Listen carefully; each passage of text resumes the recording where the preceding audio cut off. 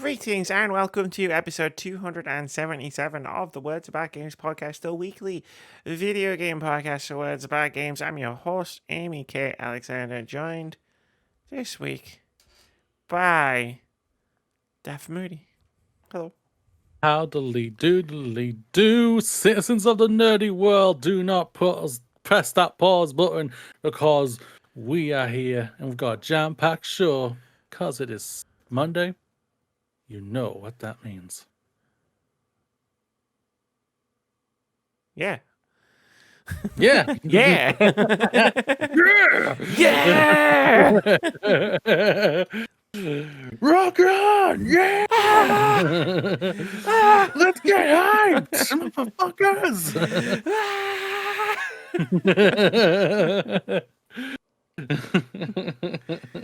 Did that work? Are we hyped now? Is that? I don't know. That's what all podcasts are about now, right? It's hype. It's all about hype. You have to be hype. You have to be hype at all times. You have to be like, wah, yeah. Wah.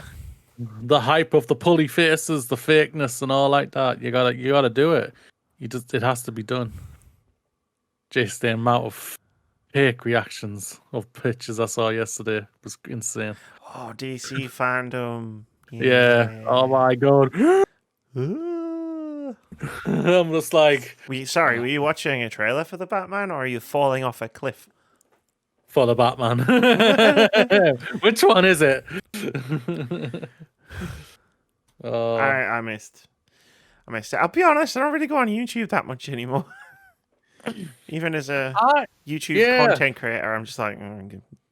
I only watch the smallest little things of like... I watch some F1 gameplay of some of the ones I really like. But other than that, I'm in and out of it, really. I don't really listen to much podcasts apart from, like, say, Joseph's and Kyle's podcast, because that's just an incredible PlayStation podcast out there. Not much out there for me right now. Trophy Room, one might call it. A PlayStation the Trophy podcast Room. Available on YouTube and podcast services everywhere. Yes, go and give them some love. Tell them we sent you. Tell them we sent them. Unless you don't like them, in which case don't tell them we sent you. Yes. Don't say it. We don't need that. Don't say anything. Don't say it. Shh. Yeah, I watch videos but I tend to follow the creators that I like on Twitter. So when one of their YouTube videos drops at this point, I just see it on Twitter and I go, ooh, and I click it. Or I remember it for later. Write it down in a notepad or something. Yeah. I don't really like scroll to YouTube anymore or like search. The last thing I searched YouTube for was how the fuck do I get past this bit in Unsighted when I was streaming it the other day. That's as much as I engage with YouTube's search engine. Yeah, mine is like right now. It's like Star Trek Online builds. Like help! Right, I am stuck. Help! How do I become awesome early without having to buy stuff? Yeah. How do I become awesome for free? You can't. That's not how the Force works. It isn't how the Force works. No, it isn't how the Force works at all. But either way, yeah. I mostly listen to music on YouTube. Like Samuel, who do I listen to? Where is he? I'll be able to tell you. Samuel Kim music. I think the Samuel Kim music. I think he does some cracking scores. Cool. Is that what we were listening to in your car the other week? Yes. All of that was all of his playlist, basically. What I like and everything. It's really kind of nice. That's cool. So yeah. Listen to my music on Spotify. You know, like a cool person. Like a cool person, yeah. I use YouTube Music. I'm premium right now, so because it's just like get rid of the fucking adverts. Oh my god! Do you know what? It's not even for me. It's not even the adverts on the videos that are pissing me off. It's the constant advert to sign up for YouTube Premium. Whenever I open the fucking app to get rid of the adverts, for me now. And I'm just stop. This is the one that's annoying. YouTube. Yeah. No, for me it's like it's insane. Like because I'm at home, like I've got premium, so I'm like I don't see any adverts. But when I'm at college and I have to I'm researching things, like I listen to music on the background. Half the time it gets cut off for freaking 10 freaking adverts. I'm like, stop it! Stop it now! Fly and now Audible. Twitch is like that. Twitch is getting like that. When I signed in to watch you play on what was it, Wednesday for In Sound Mind? One of the days, yes. 4 adverts to wow. get to the screen. I was like, what? Why is there 4 adverts here? Why? 4 adverts to get into the stream. Hang on, Twitch. I feel like we have to have a conversation here. Where's my money? If you're making people watch 4 adverts just to get, it's no wonder I've got no viewers. Yeah. Someone like goes, ooh, I might check out this Twitch streamer I've never seen before. Click Fly Audible. No, done. No, it's not the second advert you think of. That's Fly Audible. Fly Audible. Well, because when I signed, because I watched chat on the laptop, and the laptop signed into the Not Words About Games account. So I get an advert every time I open my own stream. I get an advert, and it's always Fly Audible. I'm just like, no, I don't want to. Go away. And then I just hit mute. I don't like audiobooks. Leave me alone. I'm not going to fly Audible. Oh, I love audiobooks. I think that's so good. I was reading last night. I like reading. I like books. Like, not even just like, I'm reading or like reading. I like books themselves. Like the smell, the feel, the turning the pages. I don't know. There's just something about it. I love it. It's a weird situation for me for books. Like the last book that I read was Star Wars Lost Stars. And that's incredible. Like, it is a heck of a read, Amy. If you haven't read it, give it a crack. It's really good, by Claudia Gray. It's a really cracking book. Looking at my pile, I might be able to fit you in sometime in 2023. No one's stopping me. Like, this is the whole thing. Like, I keep going out with people to like places, right? Shopping, and every time I come away with books, and no one stops me. And I'm like, you need to stop me. I don't read that fast. So when we're out in Newcastle soon, I'll find you Claudia Gray's book. However, yes, okay. I thought you were going to say I'll stop you. I was going to say if you try to take the books from my hands, I will go feral. I'll be like,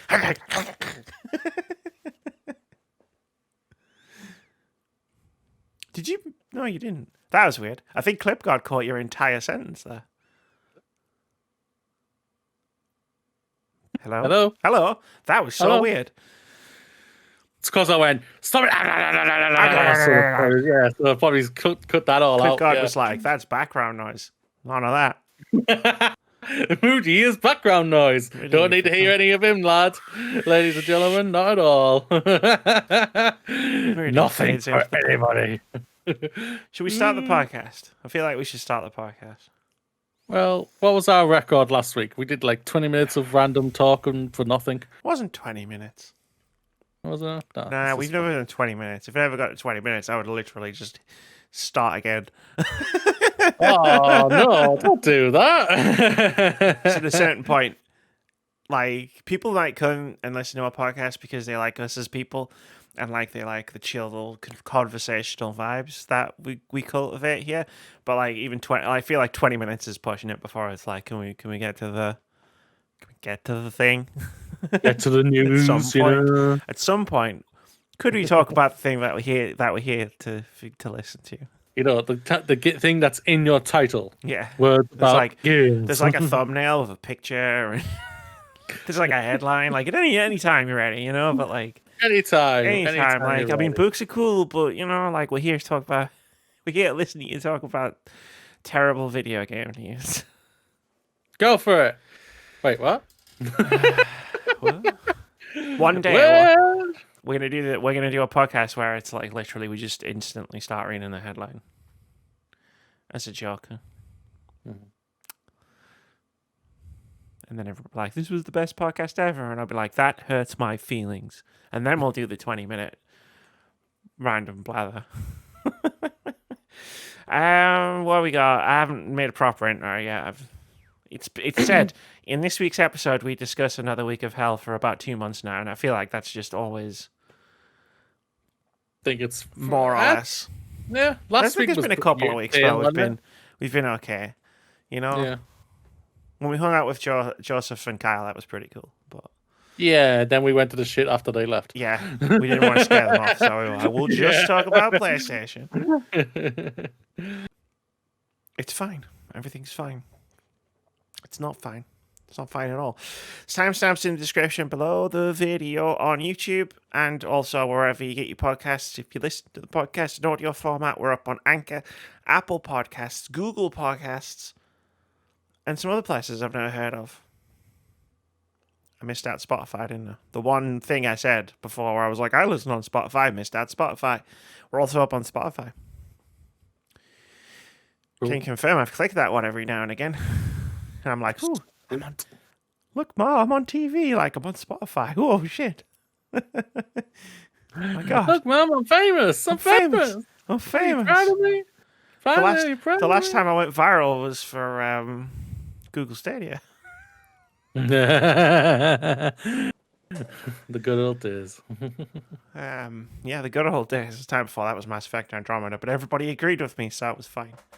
Yeah, everyone agreed with Literally 100% of people agreed with me. you. Yeah. If you thought you disagreed with me, you're wrong. Actually, you didn't disagree with me. Mm-hmm. Facts. Let's get on with it.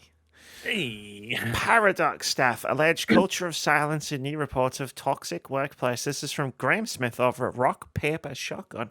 He writes, new reports have been published containing further allegations of abuse at Swedish publisher Paradox Interactive. The reports, published initially by Swedish newspaper Svenska Dagbladet, are based primarily on interviews with Paradox staff who wish to remain anonymous. One alleged incident involved the hiring of a senior manager known for, quote, unwelcome approaches and harassment, quote, end quote, at a former company, according to a translation by Eurogamer. Svenska Dagbladet sources said the man's reputation was ignored when he was hired. Eurogamer also spoke to several women, current and former employees of Paradox, who spoke of a toxic workplace culture where women were silenced, ignored, and screamed at. One woman, speaking anonymously, said, quote, I have been to meetings where I'm the only woman in the room and I said, hey, I really think we should go in this direction based on my experience. And someone looks at me and they say, you know what, you're just here as a token hire, so I think you should be quiet about this, end quote. Both Eurogamer and Svenska Dagbladet spoke to women who described a lack of faith in management to deal with issues. One woman told Eurogamer, quote, if I bring something to a middle management manager, he's not going to address those things to senior management because then he might be disliked, end quote.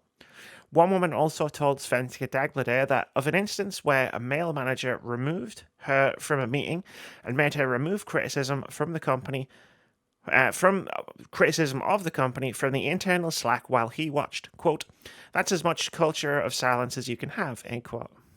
These allegations come a month after a leaked survey of Paradox's union employees alleged a culture of mistreatment at Paradox Interactive. More than half of women respondents to the survey said they had experienced mistreatment during their time at the company.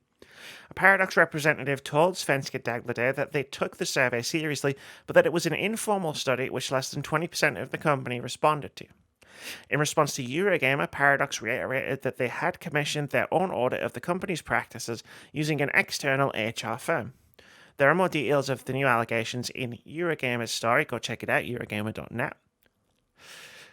The week before the union survey became public, CEO Ebba Lundgerud resigned, with Paradox citing, quote, differing views on the company's strategy, end quote. Paradox have since cancelled several unannounced games. Previous CEO Frederick Wester returned to the role, but a week later admitted to, quote, inappropriate behaviour, end quote, at a company event in 2018 when he was last CEO. The crap keeps on going for Paradox Interactive.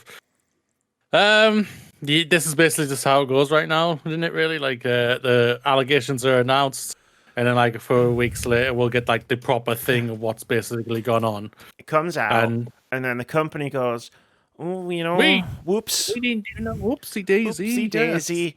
But it's not that bad. And then like you get a bunch of people going to like Eurogamer or Kotaku or something like that, and actually it's worse. Yeah, and yes, this sounds incredibly terrible, especially like the one manager who literally stood over a woman just so she could take out the criticism of the company in their Slack. She, like, seriously, like, seriously, like wow, like Yeah. this is insane. Quote, Like that's as much of a culture of silence as you can have, end quote. basically, Sums it up, yeah, right?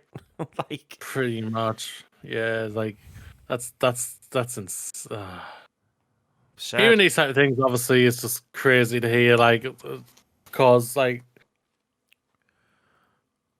I've been raised to be respectful and like be nice to people. Like treat women right, treat anyone right, basically. Just not just to forget about the sex in general, just anybody right. Just treat them right. It ain't hard or anything like that. But like, Isn't it? but then when you hear Maybe, this, go maybe on. like we all, because I'm in the same, right? It's like always treat everybody like with respect and like be kind and all that shit that we both do, and we're always like, hey, it's not that hard. What if it is that hard? What if we're the unique ones and everyone and like humanity as a whole is just shit by default? Then Amy, we should try and become rich, Whoa, build a spaceship, and get the hell out of here. that got really like depressing really fast, didn't it? Oh, fucking hell. 16 minutes into the podcast and already Amy's on one about how society is awful as a whole. Like shit. First Hold on news to your story. butts. Hold on to your butts, ladies and gentlemen. No, this like this is just crap. This is terrible to hear.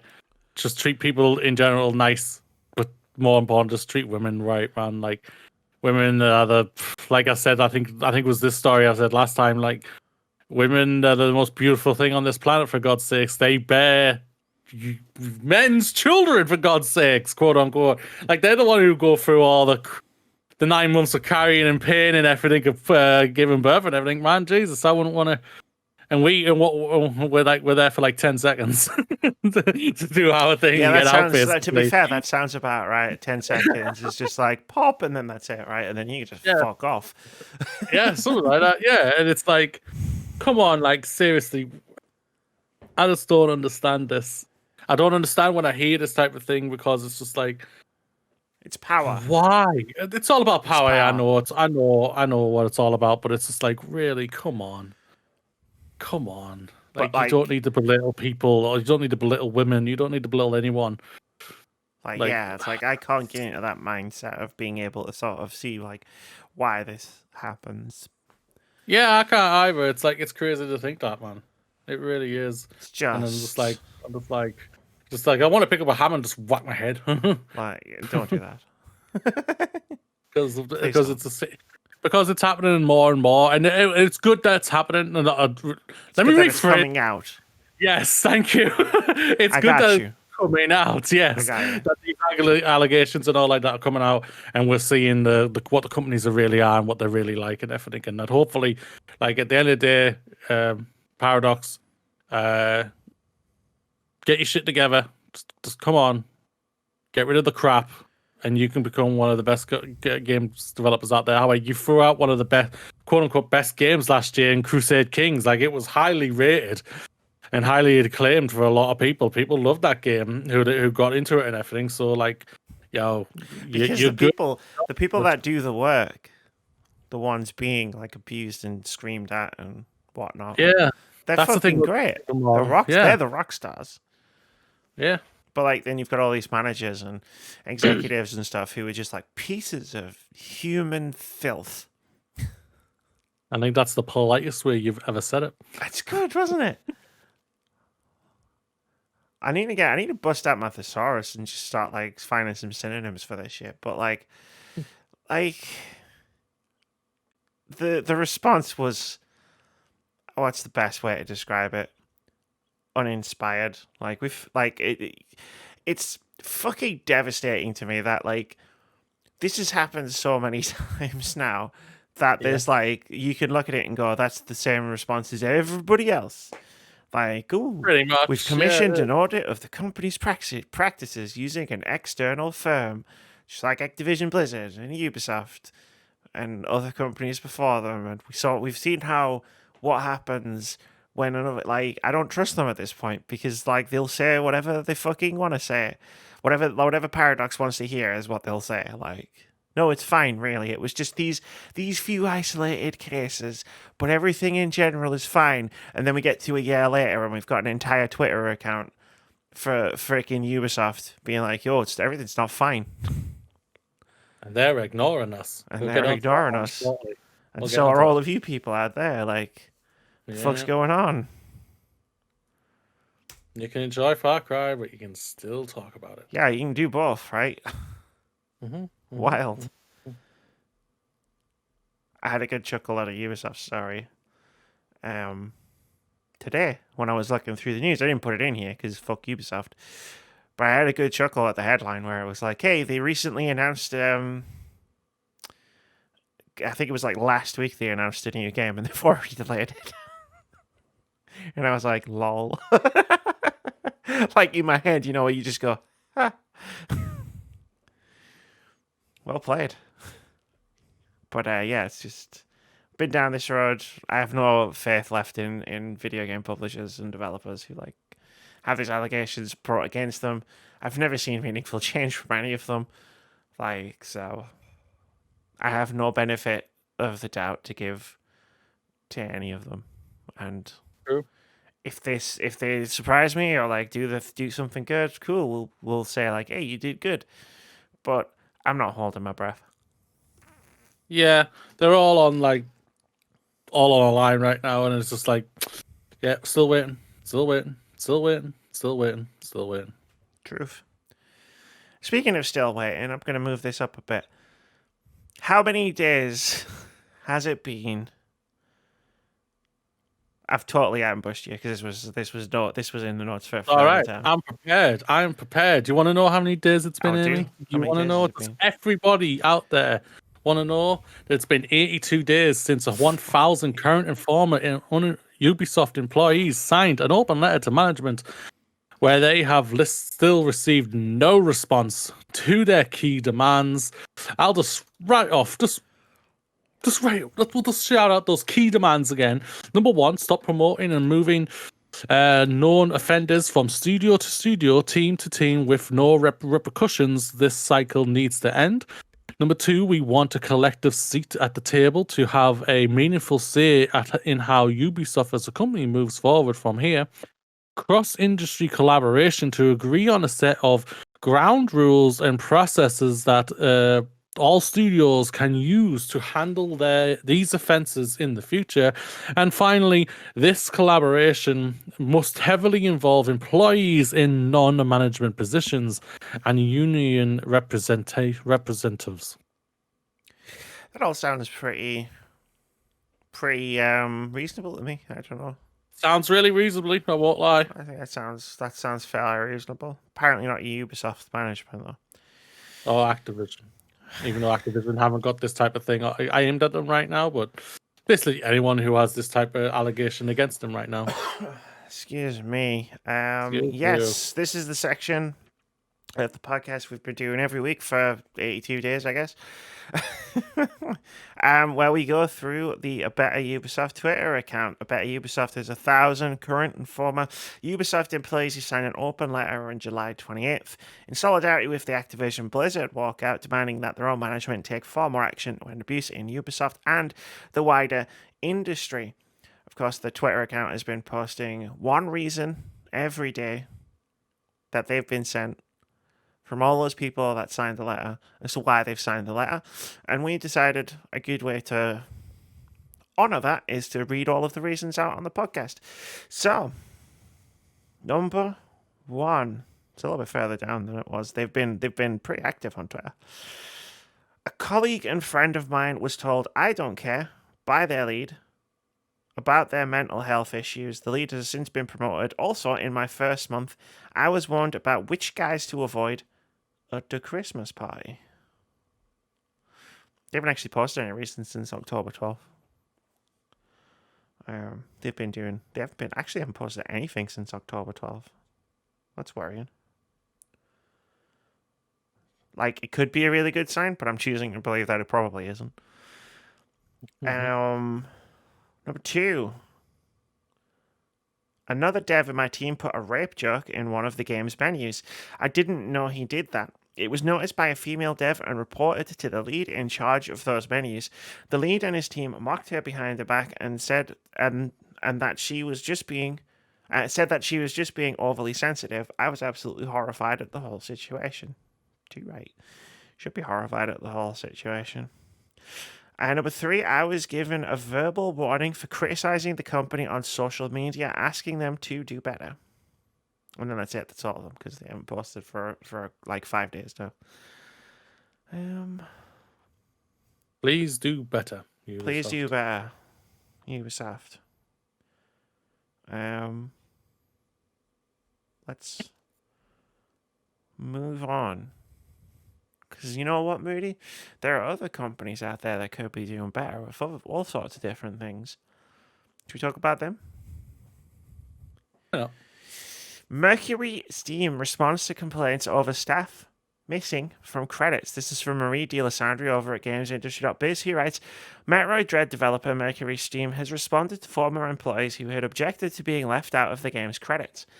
In a statement shared with Spanish games publication Vandal, a spokesperson said that developers must have worked on the title for at least 25% of its full development time to appear in the credits. The spokesperson added that occasionally exceptions are made for, quote, exceptional contributions, end quote. Vidal reported that several employees had voiced their concerns over not being included in Metroid Dread's credits in the past few days. Senior 3D artist Roberto Mayas said on LinkedIn that he worked on the game for 8 months and wasn't credited. He added that he recognized, quote, quite a few assets and environments he worked on, end quote, in the final game. He told Vandal that Metroid Dread was in development for roughly 3 years, meaning he didn't reach the 25% required. Vandal's article also included anonymous sources, one of which say they worked on Metroid Dread for 11 months and were not credited, adding that the 25% rule is, quote, invented, end quote. Another added that the title was in development for roughly 4 years and not 3. 3D character animator Tanya Penaranda Hernandez shared a story similar to that of Mejias, having worked on the title for over 7 months. Quote, it saddens me to see that I am not reflected in the credits for this work that I did. It's been hard for me to see that they have considered that it should be like this when I keep seeing a lot of animations that I made in every gameplay, end quote. Mejias alleged that the issue could be linked to staff leaving the company before the end of their notice period. He claims there is conflicting rules about the contract signed by the employees in the company's collective labor agreement. Mejias' contract mentioned a 42-day notice period, while he says the collective agreement indicated a minimum of 15 days. He subsequently left before the end of the 42 days and alleged that it might be the reason why he was left out of the credits, while another employee having gone through similar ordeals, as well. You know what would really simplify this? Because, it's pretty difficult to nail down when development on a game actually begins sometimes. I would assume, there's pre-planning and pre-production. It's is that the start of development? It's the start of development when you first start building it, right? There's a really easy way to simplify this, which is just, did someone work on the game? Yes. Cool. Put them in the credits. Bang. And the dirt is gone. Yeah, you're pretty much spot on there. I won't lie. 25% is, I won't lie, that's very big. I won't lie, that's a lot. The game, what was that? Like I said, roughly 3 years. Some say 4, some say 3. Yeah, it's they don't really know themselves. So this is crap. I won't lie, especially for the people who have they are seeing the animations and stuff that they've worked on in the game, and they're not getting credited for it at all. That is literally a load of bollocks. I'm not gonna lie to who's the developer? MercurySteam. MercurySteam. I'm playing this game and I'm really enjoying what I've played so far. But the hearing this, this is oh, come on, man. 3D, the industry's in a window right now where there is a lot of places are asking for senior staff, and so how are we able to get the senior staff? But you need people with experience. How can they experience? They need the jobs. So without having taken this away from them, this is gonna hurt them in the long term. When they put down on their CV, they were probably thinking when they knew this game was coming out, they probably put on their CV, I have worked on Metroid Dread. which is one of the biggest, highest rated games this in 2021. That is a huge plus, and to be able to show what they've done as well in their CVs or portfolio and everything.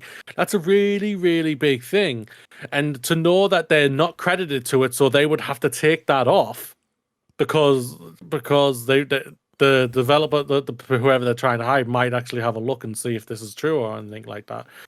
That could hurt. That's going to hurt them. So this is that right now. MercurySteam, because of their inaccuracies of when the game started or whatever, who really cares? Like what you said, if you've started from it, if you've worked at least 1% on the game or even more, you've done something on this game, you get credited for it. It's simple. It's that, and that's what it should be. And yeah, they're actively hurting developers here, and that's a thing I'm gonna say no to there to MercurySteam. Like, nah, people work their butts off for this.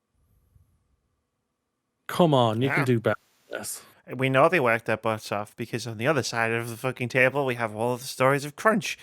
So it's like, we know for a fact they worked their butts off on all these games. Like, imagine doing that and then not getting any credit for it because you didn't work there for a long enough percentage of the game's development. Like, fuck off, man. Like, did they work on the game? Yeah, cool. Put their fucking name in the credit. Mm-hmm. Is there art in the game? Like, with the two people that were in this quoted in this story, both, like, playing the game and going, cool, I did that. Is my name in the credits? No. Like, no. Why not? Like, you literally see it in the game. Like, but even if you can't, because, like, I'm obviously, like, people who don't, like, do art or program, people who don't do programming aren't going to see their code in the game, I assume. Like, unless they've got, maybe programmers have, like, neo vision, like in the Matrix, where they play a game, but they see the lines of code on the screen. But, like, with how fast I've seen someone type a code before, I'm just like, dude, can you see the Matrix? We in the Matrix right now? Like, I'm like, dude, yeah, stop! it's just all the way down, like, marketing and PR and like, you know, like the people who, like, make the whole thing happen, right? It's just like, everybody just deserves to have a credit in the game that they worked on in whatever capacity that they worked on, and I don't see how this is difficult. Like, I don't even know why an arbitrary rule like this even exists. Like, to what benefit? To what benefit is this to MercurySteam that this arbitrary 25% rule, which allegedly has been invented, is invented and doesn't even exist? But, like, why does this exist in the first place? Why?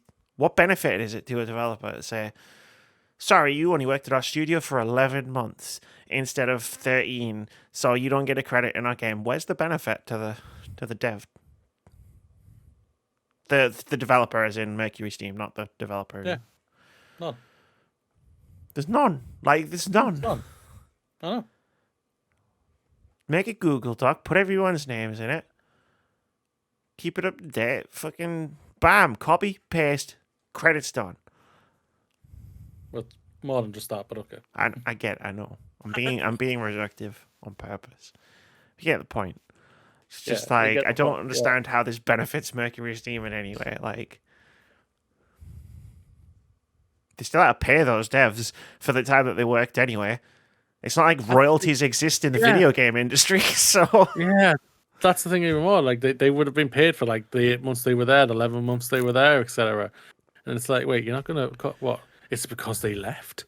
I'm just like bugger off. They still deserve that. Doesn't mean out. Is this like a pettiness thing? Like, is that what this is? Like, yeah, you leave us. How dare you leave us? How dare you? Like, whatever, man. Get over yourselves. Sacrilege. Get over yourselves, man. Pretty much. I've been in jobs like that where it's like, but how could you possibly think of leaving us? And then it's like, here's the list. And then they're like, oh shit, she has a list.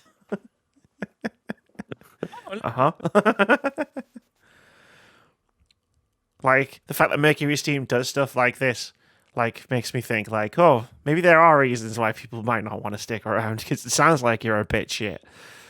However, I'm also fully aware that a lot of video game developers and publishers do this. We've covered this story a few times before in the past. Yep. So, this is another one of those. This one developer there is shit about it, but we all know there's other ones, and we're not talking about it for some reason. I don't know. Like we have like goldfish have that object permanence thing, right? Where they're not looking at it, it doesn't exist to them. Like the thing, unless they're looking directly at it, it just disappears from reality, right? Yeah. And like I've been thinking about this, like a bit over the sort of like, especially with Far Cry 6 coming out recently, where it's just like we like who talk about video games online sort of have this as well, where it's like if it's not right in front of us, we sometimes just forget it exists, or like we pretend we don't know about it. Yeah. Like we're sitting here like at the top of the podcast talking about Paradox Interactive, like damn you Paradox, and we should absolutely be talking about it because we have all these stories to go off and to talk about and to bring to light, and I think that's important. But we know there's other developers out there that do this shit. Yeah. And yeah, it's just I don't know, it's weird. Like there is no solution or like obvious easy answer to that stuff. Well, it all really these are the depends things on I think how about. many. I think it all depends on how many report on it. At the same time, if we don't know about it, like we know what happens, but if we don't know about it, It's like how can we actually talk about it? yeah, it's I guess yeah, it's like knowing Fable exists, but they haven't said that it exists. So how do we talk about the fact that it exists? Yeah. I would have laughed if they announced that game and it wasn't called Fable. But it was Fable. You were saying it was Fable. No, you were saying it was Fable. You said it was Fable. Well, it was like Days Gone. They changed the name, but it was still the same fucking thing that we all knew it was going to be. Yeah. Motorbike zombies, post-apocalypse, open world. Like yeah, you just changed the name because we were still all right. Anyway, let's move on. That was Amy's thought for the day. Amy going off on a tangent of the weird like things, the avenues that she explores in her mind palace when she's thinking about video games. Let's move on. Ex-Aeon Must Die developers accuse bosses of IP theft and endless crunch. This is from Sean Murray over at The Gamer. He writes, last year, Focus Home Interactive revealed an upcoming 2D brawler with a very distinct art style called Aeon Must Die. The trailer was shown off at Sony's State of Play presentation in August, and soon after, a very similar trailer was posted to YouTube with damning accusations in the video description. The allegations came from former Limestone employees, the developer of Aeon Must Die, accusing Limestone management and Focus Home Entertainment of unpaid wages, horrible crunch conditions, and stealing the Aeon Must Die IP. To prove it, they released pages upon pages of testimony, emails, and other documents from team leads, designers, animators, concept artists, and more, all of whom left Limestone in June 2020. Those former Limestone folks moved on to form a new studio called MercurySteam, but even with the intellectual property rights in doubt, Focus Home Entertainment continued pursuing Aeon Must Die's release. The game came out last week on PC and consoles. The day before Aeon Must Die was released, MercurySteam published another statement on its website. First, the team announced a new game, Immortal, and the death that follows, which will apparently look very similar to Aeon Must Die, but that's because it was made by the same creative team, a creative team that's still seeking unpaid overtime pay from Limestone Games. Second, Mishura goes on to update the unresolved allegations against both Limestone and Focus Home, again accusing them of crunch, unpaid wages, and IP theft. Negotiations to resolve the dispute broke down last summer after Limestone refused, quote, to pay the entirety of the overtime and their debts to the developers and offered a significantly smaller sum to ensure silence about what happened during and before last year, end quote. Regarding Focus Home's assertions that an internal investigation found no evidence of IP theft or unpaid wages, Mishura alleged that no investigation took place and for Focus Home to publish the results to prove their point. Quote, we are still trying to keep our souls to ourselves and to put it all into a new project. We will continue to speak our minds and fight for justice in game development regardless of all the hardships this created for us and all the scars we bear to this day. We encourage everyone who cares to rally for a better game industry of tomorrow and speak their minds not just for us but for everyone who was wronged, end quote. Another one bites the dust. I saw it come out. I couldn't believe it when I saw it come out. Like, Must Die. I was like, it rattled around in my head where I was like, why does that name sound so familiar? because I was like, I could have sworn like I've never heard of this game before, but I saw it on the Yeah, PlayStation Store on the app, and I was like, why does that? But why does it sound incredibly familiar? And then I like yeah. Googled it, and then I was like, because me and Mooney did this last year after the State of Play, when we talked about IP theft and unpaid overtime and crunch conditions, Yep, that went like towards the game. yep. And I thought it was someone just like, well, our external audit didn't find anything. I love Mishura's energy here, like the new studio's energy of just being able to publish it. Where's the evidence? Publish the evidence. And as they haven't done it, that means we know they haven't done this and everything like that. Well, no, you see, it's going to take a while for them to publish it because they've got to type it up. Oh, allegedly. Sorry, I should say allegedly. They're going to just make it up. They could just make it up. That's true. Limestone. Get your shit together. Pay the staff. Stop crunch. Stop being a douche. Release the proof to say you did do all this stuff and show that there was no evidence. And stop stealing IPs and stop being a douchey company. There. Yeah. All. Yeah. That's all I can really say about it. I'm just like, come on, guys. Like, seriously. Yeah, sorry. I'm just sort of like, I do that thing where I'm like rereading the story, just to like see the bits that stick out. That one that sticks out for me is significantly small sum to ensure silence. To ensure silence about what happened during. We've already spoken about some silence already, and we don't want silence. We want these things to come out. And as you're saying these things, that just tells you how more of a douchey company you're being at everything, you douchiness. Limestone, stop being a douche. Ensure someone's silence. Yeah, they're Limestone, offering I will pay you to not be silent. How about that? Yeah, they're offering the developers that left a sum of money to ensure silence about what happened during and before last year. Why? Is there something that you don't want them to say? Because I'd like to hear it, if that's the case. Yeah. What do you not want them to say, Limestone? What don't you want them to say? The offer's there. I'll pay it. Tell me. I can give you 50 quid. I haven't got any money, so don't look at me. How do you want me to pay it? I can pay it £1 a month for the rest of my life. I'll do that. I'm in. You accept IOUs? Just take this check, but don't cash it for a few days. Or a few years. Or many, many years. Yeah. I'll tell you what, though. Immortal and the Death That Follows. That's a great name for a game. 10 out of 10. Because, like, I read that title of that game for the first time reading this news story there, and I was like, damn, that's badass. I'm going to keep an eye on that. Hopefully. Yeah, it'll be like Aeon Must Die, but, good and not stolen. Allegedly. Hey. The games industry. I just saw the next one was Netflix boss claims violent video games prove Dave Chappelle's latest stand-up special is harmless. This is from Andy Chalk over at PC Gamer, who writes, in an email obtained by Variety, Netflix co-CEO Ted Sarandos offered an unexpected justification for his continued support of Dave Chappelle's controversial comedy special, The Closer.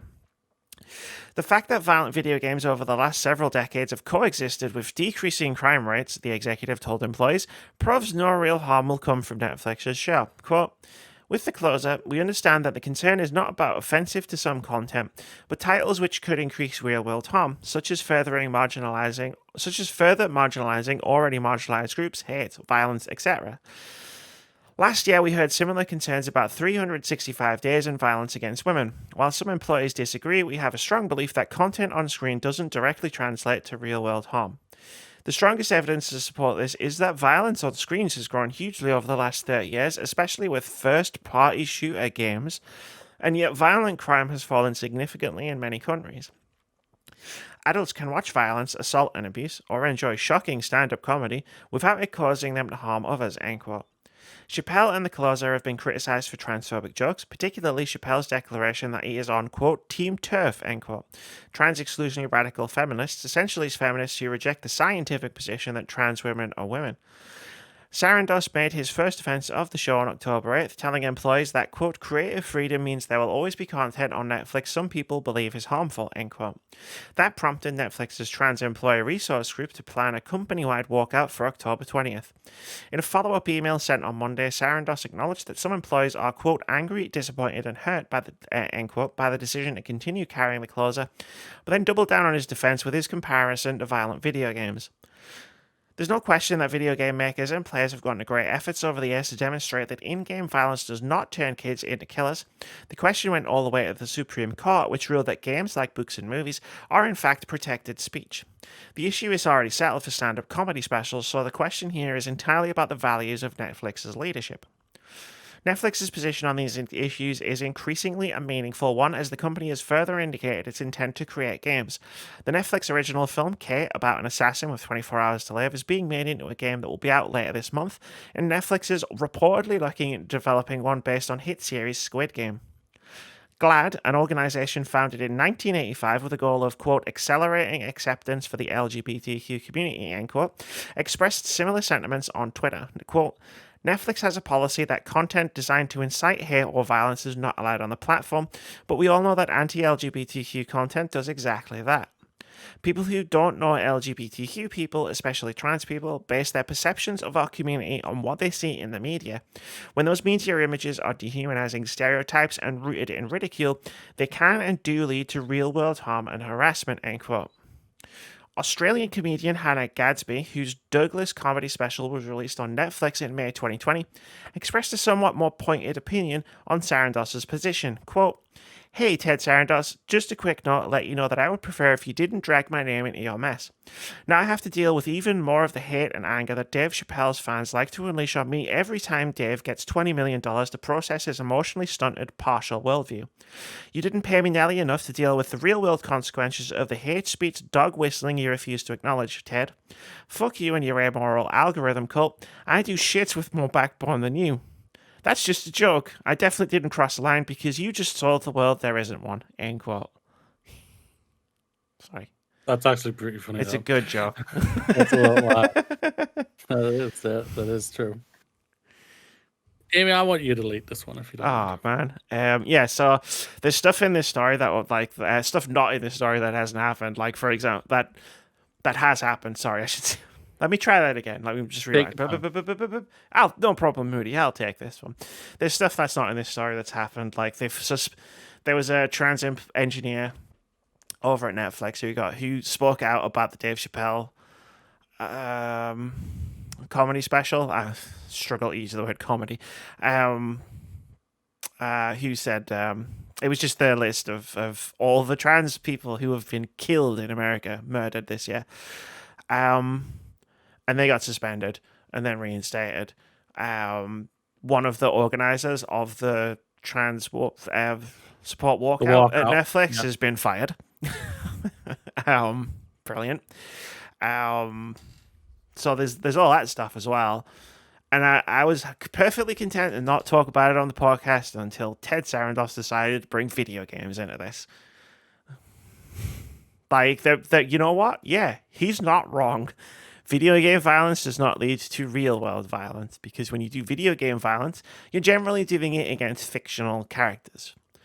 When video game violence is done against real-world people, there is actually a pushback, because that is harmful. Take, for example, 6 Days in Fallujah, which we all talked about at the beginning of the year when it was re-announced.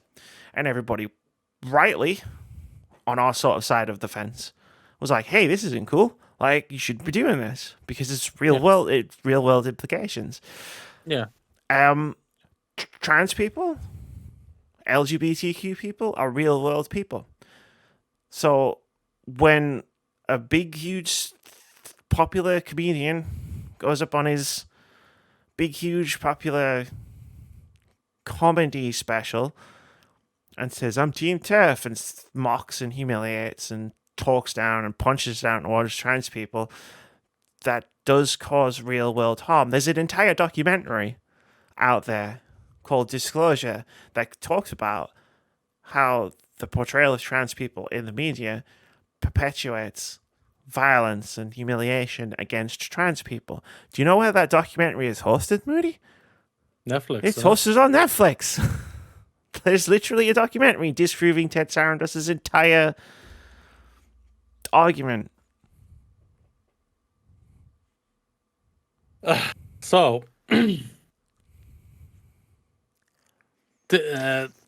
what you just said, yeah, about the games and everything like that, yeah, like what thing you're saying is just complete bollocks and everything like that. We know video games do not incite violence and everything like that, but for the most part, people know it's a fictional thing and it doesn't incite violence. I know the dopey ex-president tried to bring it up a couple of years ago. Jesus, yeah. And it's basically the go-to thing for a powerful CEO cis white dude to go to. Yeah. It's especially if you're in America. I'm not gonna lie. Sorry to Americans out there and everything, but it is basically the go-to thing to try and distract from another thing. That's what they've tried to do. That's what he's tried to do here. And he's tried to distract from a thing that Dave Chappelle has said. If I was being very cynical about what Ted Sarandos is saying, it almost feels like he's trying to summon the gamers because they will come out in force to protect the free speech of Dave Chappelle, who got paid $24 million for this comedy special, which was more than the cost of Squid Games. I could cite the sources on Twitter. I'll put it in the description. The that's what it feels like. Sorry. No, it's all right. I'll say this like this, at the end of the day, Dave Chappelle, you can say whatever the hell you want. I do not care. You can say whatever the hell you want. What I do care about is that let me rephrase this. Just what you can say can still be hurtful at the end of the day. What you can say can still incite something that could hurt some people. It's facts at the end of the day. It has happened in many occasions. Like the guy says at the end, what's his name? The comedian who... Hannah Gadsby. Hannah Gadsby, like what he said. She said. My apologies. Yes, I thought you said someone. I thought you didn't say Hannah. I apologize for that. What she said, like, yeah, it's like you. And I always go to the one thing. I go to what Seth Rogen said a few months ago. Jokes, you can joke. You can say comedians can joke and everything like that, but also just be mindful of the thing that jokes, whatever time frame, can age badly or whatever, and everything like that. You can say whatever the hell you want. That's fine, but also there's a line, and you've crossed the line, Dave Chappelle. At the end of the day, if you're that side, that's your decision. That is your decision. I don't give a flying hoot. That's your decision. That just makes me go, I never watched you anyway, so you just may give me more of a reason not to watch you, type of thing. So if you want to be a douchebag, you want to be a douchebag. Yo, Netflix CEO guy, you want to try and scapegoat this out into video games type of thing?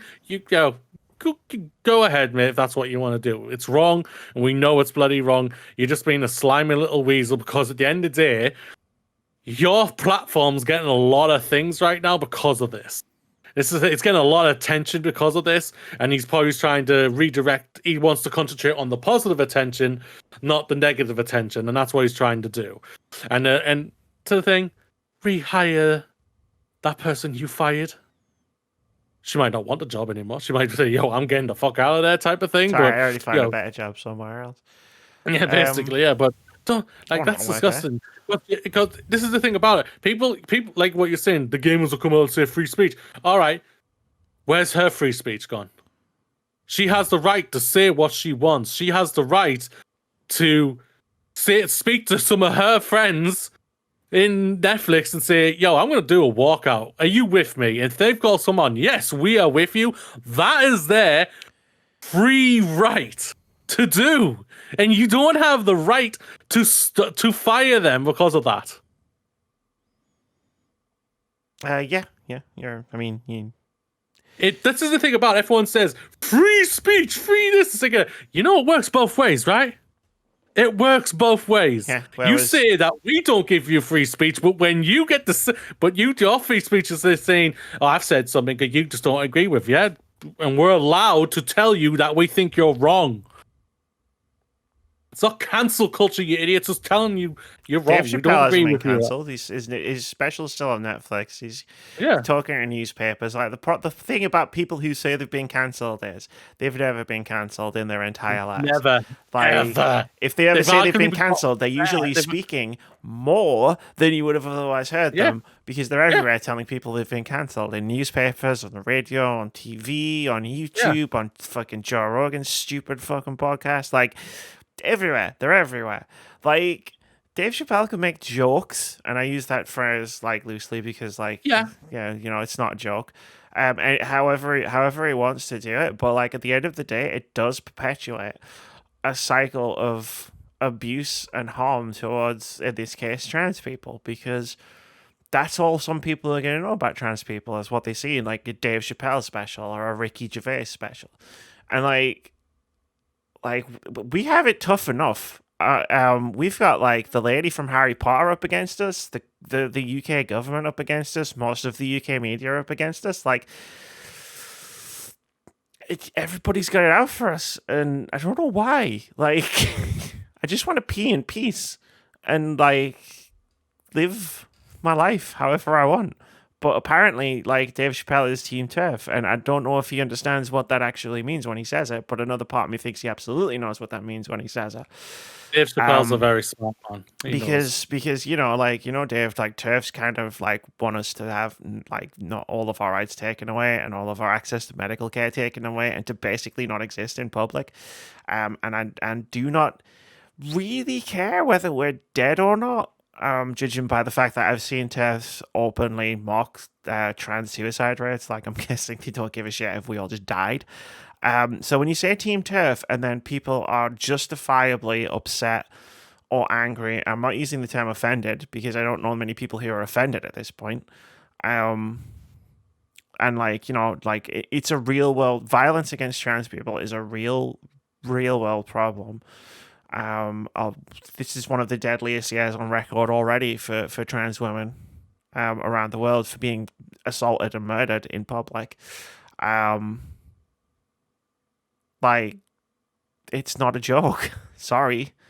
And Ted Sarandos coming out saying, well, it doesn't, like, content doesn't harm people. Like, that you're incorrect. You're 100% incorrect because I guarantee it does. It perpetuates a lot of things. We've seen it. Everybody said, "Oh well, if we just don't listen to J.K. Rowling, she won't be able to do anything about it." But then, like the things that she says is being listened to by other people, and then all of a sudden, something she says is brought up in the United States Congress or Senate. I can't remember which one. With one of those anti-trans bills, and something J.K. Rowling said has been... So it doesn't matter if I don't listen to what J.K. Rowling is saying, because the things that she is saying is still having an impact on my life or somebody else's life who's just like me. So I can't not listen.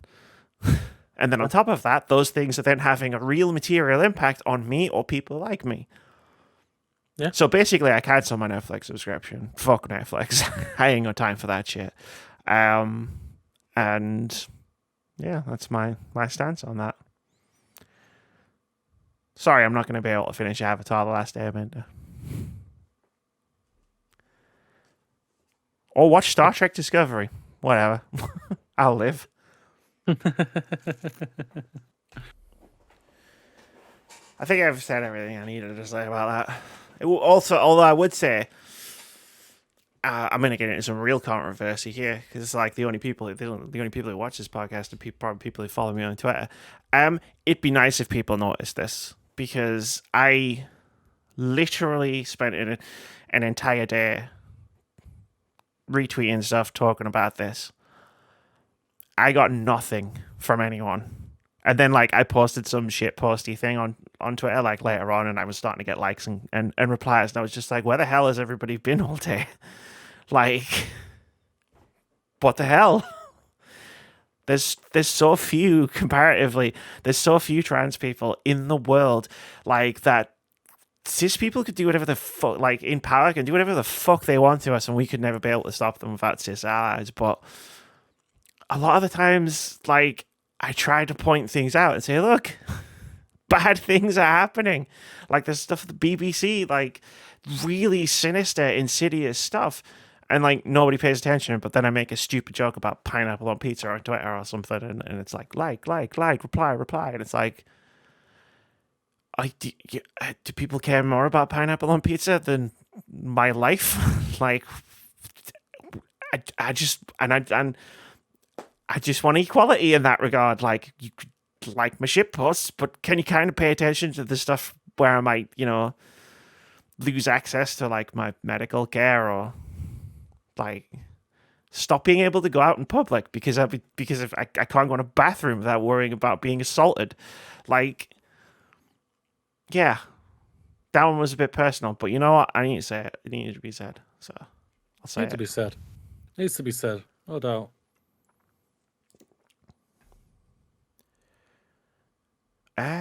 We did that already, so should we move on? Yes.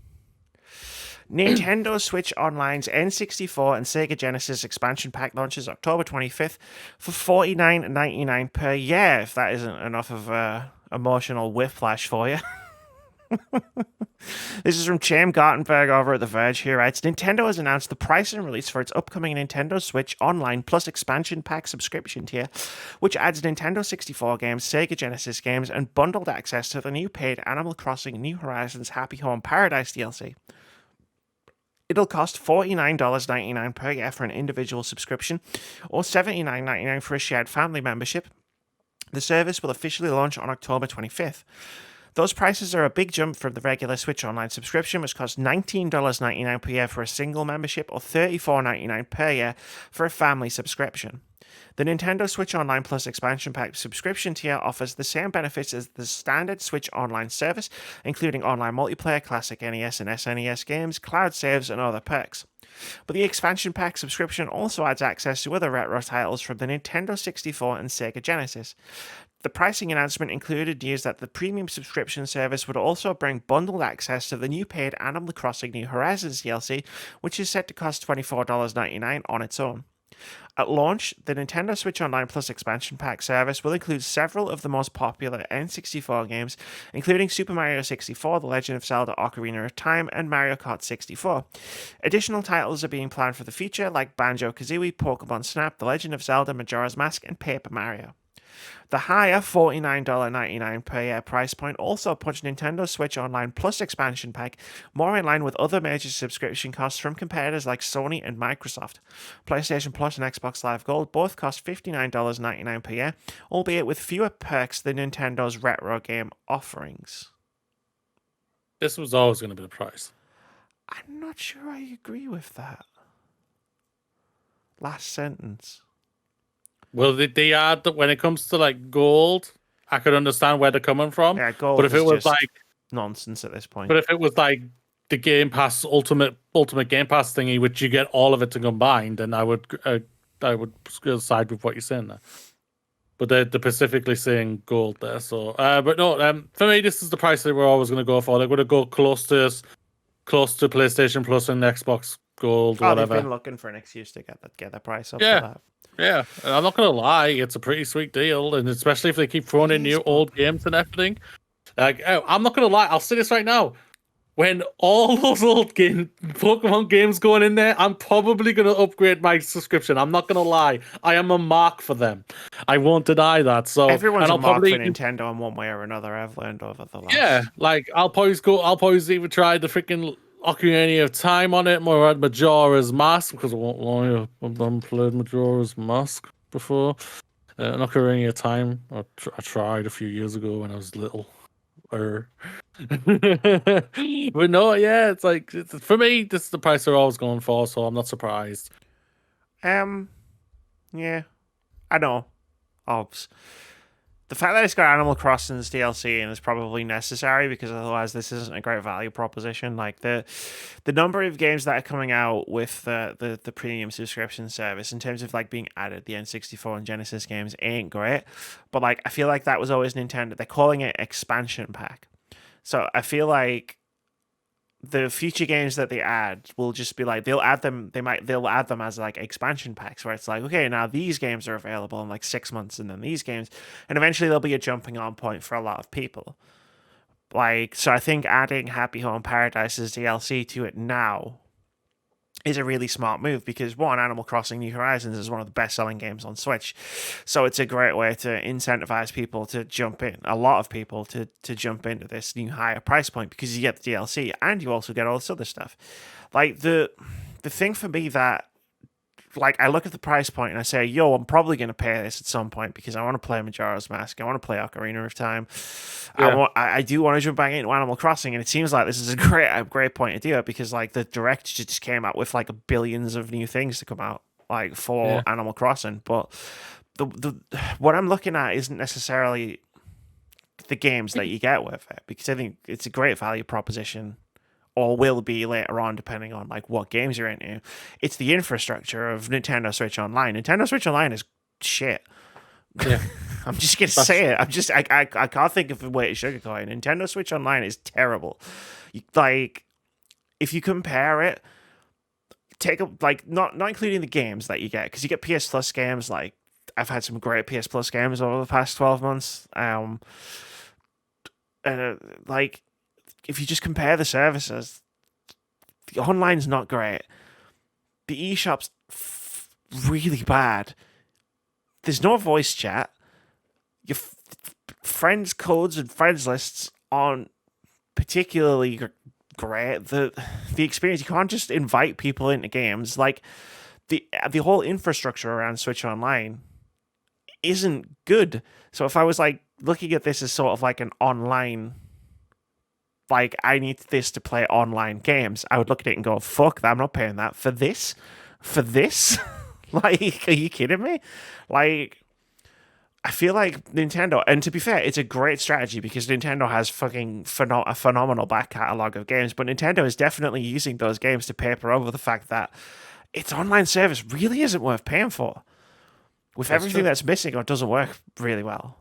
Yep, that is true. So, you know, they gotta add things like Animal Crossing DLC and Legend of Zelda games to the bargain, because otherwise I don't know that they'd have many people paying for it. Yeah, I agree. But I'm definitely going to get it when Majora's Mask comes out. Probably as well. Probably as well. Or when the Pokemon games come out, I'm just going to be like, oh my god. I mean, I don't want to say I'm a mark for like old Nintendo games, but this is my coaster right now. This is the coaster I'm using from a PlayStation Waterfall. I'm not a mark for Pokemon at all. Not at all. I wouldn't. Pokemon, never heard of it. Do you know what you're talking about? Not at all. Animal Crossing, nah, no mate. No. Nintendo, never heard of it. Never heard of them at all. Not at all. What's funny is this T-shirt. So I'm wearing a My Time at Porsche T-shirt because it's a really great game. But this T-shirt hangs in my wardrobe right next to a Nintendo Switch T-shirt. Of course it does. It was 50-50 which one, because they're both the same color. So it was 50-50 which one I grabbed. I could have been sitting here saying all this with a Nintendo Switch T-shirt. It's a cool T-shirt. You're just like, that's red. There we go. Boom. Yeah, I was just reaching in. I was like, this is roughly where the game T-shirts are. Let's pull one out. It's My Time with Porsche. Cool, I've worn this one for a while. The Switch T-shirt's cool, though. It's like the two Joy-Cons, but then it's like, it's Nintendo Switch, but the Switch part is in like kanji, so it's in like Japanese. Oh, nice. It's a really cool T-shirt. Glad I didn't wear it when I was like, Nintendo sucks. But you're wearing a Nintendo T-shirt. Isabel's right behind you. Sylveon's over there. I can see Eevee. You can see my Bulbasaur Pokemon controller. You're using you've got a pack of Nintendo coasters. You've got fucking shitloads of the fucking things. I'm pretty sure. Oh, there's not one behind me. I moved it. That's good. Hey, Hey, part of loving something is being critical when it's not good that's true. and could be better. So this is going to be interesting. Did you watch any DC fandom? Because I watched the Batman trailer and that was it. I have watched the trailers for Gotham Awesome. Knights. This is going to be mostly you because I never found the time to watch these, but Well, there's words that describe what happened, so I'm just going to go off of that. Gotham Knights' latest trailer focuses on the Penguin and the Court of Owls. This is from Chris Scullion over at VGC. He writes, Warner Brothers has released a new trailer for Gotham Knights. The new clip, which premiered during the DC fandom event, shows the Penguin talking to Nightwing about the mysterious Court of Owls. The game is being developed by WB Games Montreal, the studio behind 2013's Batman Arkham Origins, and is playable either in solo or two-player co-op. Two-player co-op, Moody? Think of what I'm thinking? Batgirl. Fine.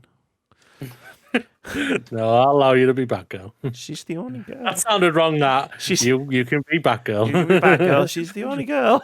It sees players controlling one of four superhero characters: Nightwing, Robin, Red Hood, and Batgirl, following the death of Bruce Wayne. Gameplay takes place in a dynamic and interactive open-world Gotham City, where players take on villains such as Mr. Freeze. They'll use a variety of abilities, weapons, and unique combat moves to neutralize their foes, Warner said. 7 minutes of actual gameplay footage from the game was shown at last year's DC fandom. Although it was initially planned for release this year, in March it was confirmed that it would be delayed until 2022. In a statement published on social media at the time, Warner Bros. Said it was, quote, giving the game more time to deliver the best possible experience for players. The statement continued, thank you to our amazing fans for your tremendous support of Gotham Knights. We look forward to showcasing more of the game in the coming months, end quote. You've seen the trailer. Yes. Hit me. It is a fine story trailer. There's nothing really for me that speaks out to me. I'm a person like when Foxes was last on and everything like that. I'm kind of sick of just the CGI trailer out there right now.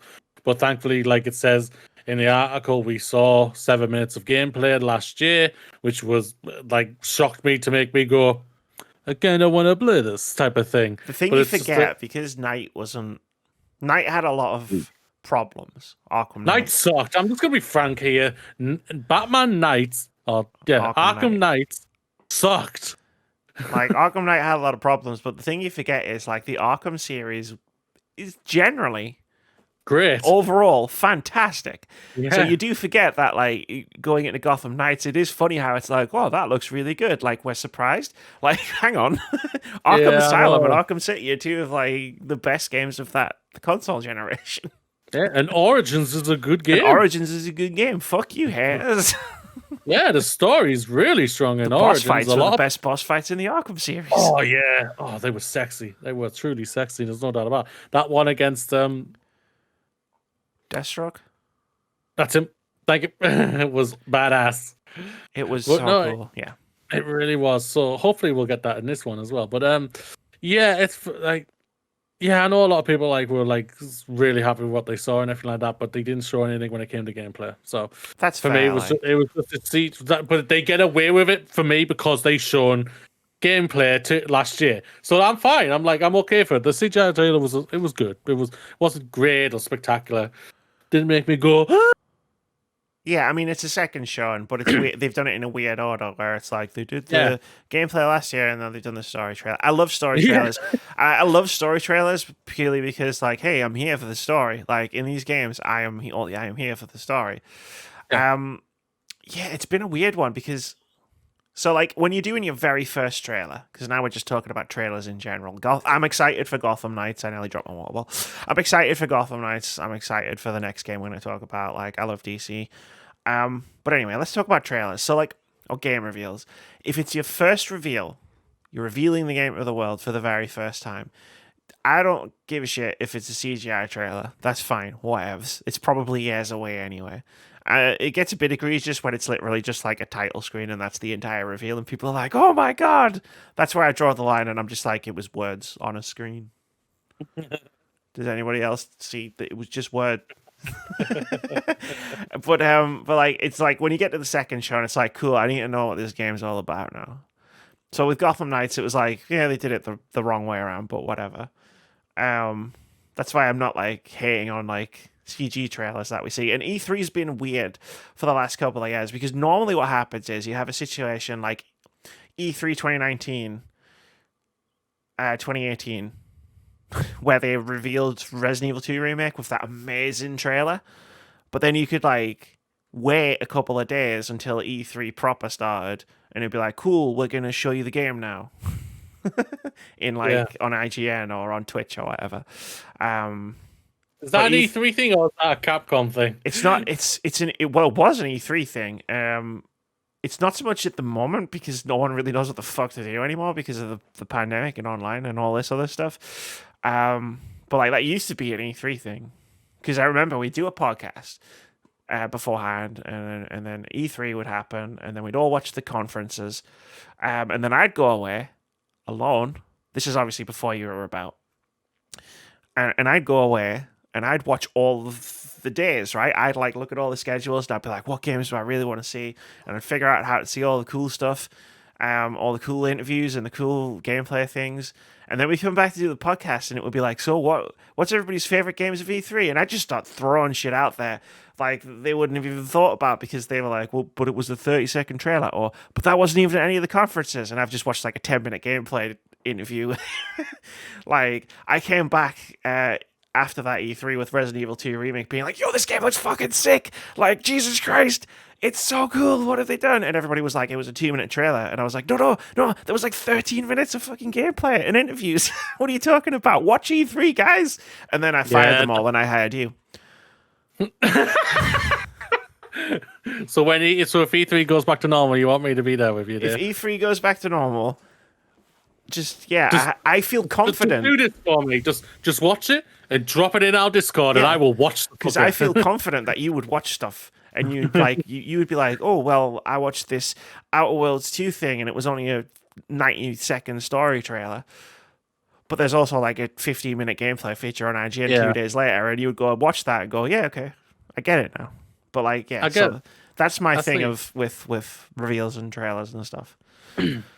For me, I'm just getting egregious to the things of like things are getting like we've mentioned I think many times, things are getting revealed way too early these days to the point where it's getting too bonkers. Like sometimes, like you've just said, it's just words. Oh my god, they're doing it! Wait, but it's only words. You haven't seen nothing about the game. The game could be broken. Let's remember Metroid Prime 4's reveal. Oh my god! Oh my god! It's Metroid Prime 4. It's 2021. It's MIA.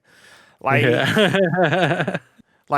shit like that. Just it doesn't even annoy me, and I don't mind people being super excited for like the potential like of a cool game in the series that they like coming out. I just find it funny, where I'm just like, it was a title. Yeah, I'm at the part now where it's just funny now and everything. There's no doubt about it. Like I've never been annoyed by other people's joy. Sorry, just no, it's fine. Go on. For me, it's I'll always just say, even though the game, I think it's safe to say, it didn't work for either of us. Fallout 4 had a great reveal. Fallout 4 had a fantastic reveal. I knew I was going to hate it, but it had a fantastic reveal. Yeah, it was the perfect reveal. It really was. They just did a little teaser of it, and then E3 came, a big giant play for it, and then literally said, it's out later this year. Well, and that's perfect. That is legit perfect. Yeah. I mean, there was also the step in the January before it was revealed where I successfully said, like, it's going to be revealed and it's going to come out in September. And I was right. I was right about everything. And I was like, fucking yeah. Came out in November. Was it November? Whatever the month it came out in, I said it was coming out. I'm pretty sure it was November. Yeah. And then I was like, I'm a fucking video game genius. I am a god. I am. But like, yeah, it's like, to take an example from last year. So, yeah, I think sometimes video games get announced too early. Like PlayStation's fucking famously reveals everything they've ever worked on too early. But like Redfall, for example, where it was like it's a CG trailer. It was quite a long one, but it was a CG trailer. that's fine. Like, the game's supposed coming out next year, 2022. Like, but if they then turn around at say like the Game Awards or like whenever they do the second showing of that game and it's just another CG trailer, then I'll be like, can I see it? I kind of want to know what it's all about now. Like, it doesn't dampen my enthusiasm for the game whatsoever. It's just like I saw something like this in June in E3. I would like to know what the game is all about. Thank you very much. Until you show me that, I will not really be paying attention to this game. Yeah. But Redfall looks amazing. So. But does Speaking the game of a look trailer amazing? that showed nothing. Oh god, I didn't watch this. Like, I want to preface this by saying, like, the Suicide Squad Kill the Justice League reveal from last year was one of my favorite reveals ever because the trailer just nailed it. But like, I haven't seen this, so here's the first in-game look at Arkham Dev's Suicide Squad game. This is from Chris Scullion over at VGC. He writes, Warner Brothers released a story trailer. Wait, hang on. In-game look, story trailer. You can put them two and two together, and you know what I'm going to talk about. For Suicide Squad Kill the Justice League, the new trailer, which premiered during the DC fandom event, and appears to show in-game engine cutscene footage, and shows the squad prepping a team up to take out on DC's iconic superhero team who appear to be infected with some sort of virus that turns them evil. Oh, this isn't like the other story at all. There's no information in here. Developed by Batman Arkham series creator Rocksteady Studios, the game is built as a genre-bending action-adventure shooter set in an open-world metropolis, playable solo or with up to 4 players in online co-op. Its original story follows Suicide Squad members Harley Quinn, Deadshot, Captain Boomerang, and King Shark, who are on a mission to save Earth and kill the world's greatest DC superheroes, the Justice League. They didn't show I have a single questions. bit of gameplay. Okay. They showed in-game trailers and in-game cutscenes, should I say, which were funny. I won't lie. The characters really come off really well. Like, Harley Quinn comes off like a house on fire. She's a queen. She's a goddess. King Shark, Captain Boomerang, Right. and all like that all come across really, really fun. And like, and at the end, it was a really funny thing that made me laugh. I won't deny that. But it showed no gameplay whatsoever. Yes, I know it's described what it says there. Well, no, hang on. Like, that's where I'm going to draw a line here. It's a solo four-player co-op online game. I'm saying you could still show some gameplay. No. That's not the part I'm going to draw the line to. I saw last year's trailer. I fucking loved it. We talked about it on a podcast, and I was like, I remember literally sitting here going, that was fucking amazing. What the hell is a genre-bending action-adventure shooter? How are you bending the genre? You can't just say that and then be like, here's Harley Quinn being awesome and King Shark being awesome and these characters being really funny. I get it. I saw your trailer last year. The writing is great. And the premise is fantastic. But what it sounds like they just did that trailer again this year. Which, hey, it's probably still a great trailer. But like, first one was a full CGI trailer. Yeah. This one has in-game cutscenes. No, I just mean like in terms of the tone and like the content, where it's like I'm getting the same information I got last year. The characters are great, the writing's great, the premise is great. Yeah. It showed you nothing. Showed you nothing new at all. And that's the thing about it where it's really annoying. And this is the thing even more. I'll say this right now. I don't think this game's coming out next year. Probably. I think this is going to get pushed to 2023. But either way, but if it does drop next year, that means they're dropping 2 games that are practically the same in how it's saying itself. Playable solo or players of co-op. And I'm just like, you're dropping the same game twice. The same style of game twice. Yeah, because they've chosen to focus. So like DC, right? DC Comics. Fucking huge pantheon of characters to choose to make games about. Yep. And they've kind of chosen to focus on 2 very similar sets of characters in Gotham Knights and Suicide Squad Kill the Justice League. And I got no... Like, I think both of these games are gonna be good, at least in terms of, like, writing, content, like that kind of stuff. Like, I've seen the trailers for both to say that. I think the writing and the premise and the characters are going to be awesome. But yeah, am I just going to be playing the same game twice? Because like you know like there's so many cool characters in DC Comics that aren't punch, kick, and like stab the bad guys or the good guys, I guess. Suicide Squad's case. Like you can make a game about the Flash, you can make a game about the Green Arrow, you can make a game about Shazam. Like there's like so many cool characters. Those are just off the top of my head. Like imagine playing as like Poison Ivy and being like using the pheromone stuff to like mind control stupid men. Like there's so many cool characters and like different types of gameplay you could go with, and they've just basically gone with, well, what if we just did the same thing again, but with bad guys this time instead of good guys?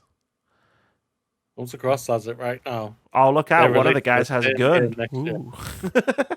That's the Next genre year. bend. That's the genre bender. One of the guys has a gun. Yeah, Warner Brothers are dropping 2 games that are practically similar next year. Yeah, it's just like you didn't like. I thought, yeah, just and I like. That's both. why I'm saying Suicide Squad will get pushed. Oh, it'll be style. As soon as Gotham Knights got delayed, I was like, so Suicide Squad's 2023. So, in my head, like. Yeah, I agree. Yeah, But like, yeah, that is a bit weird. the trailer's fun. But it comes across like it's like the first teaser trailer. Like you see the banter, you see the writing, and all this. It's really, really, really good. I don't deny that. But yeah, I'm like, seriously, you not shown any gameplay whatsoever? Come on.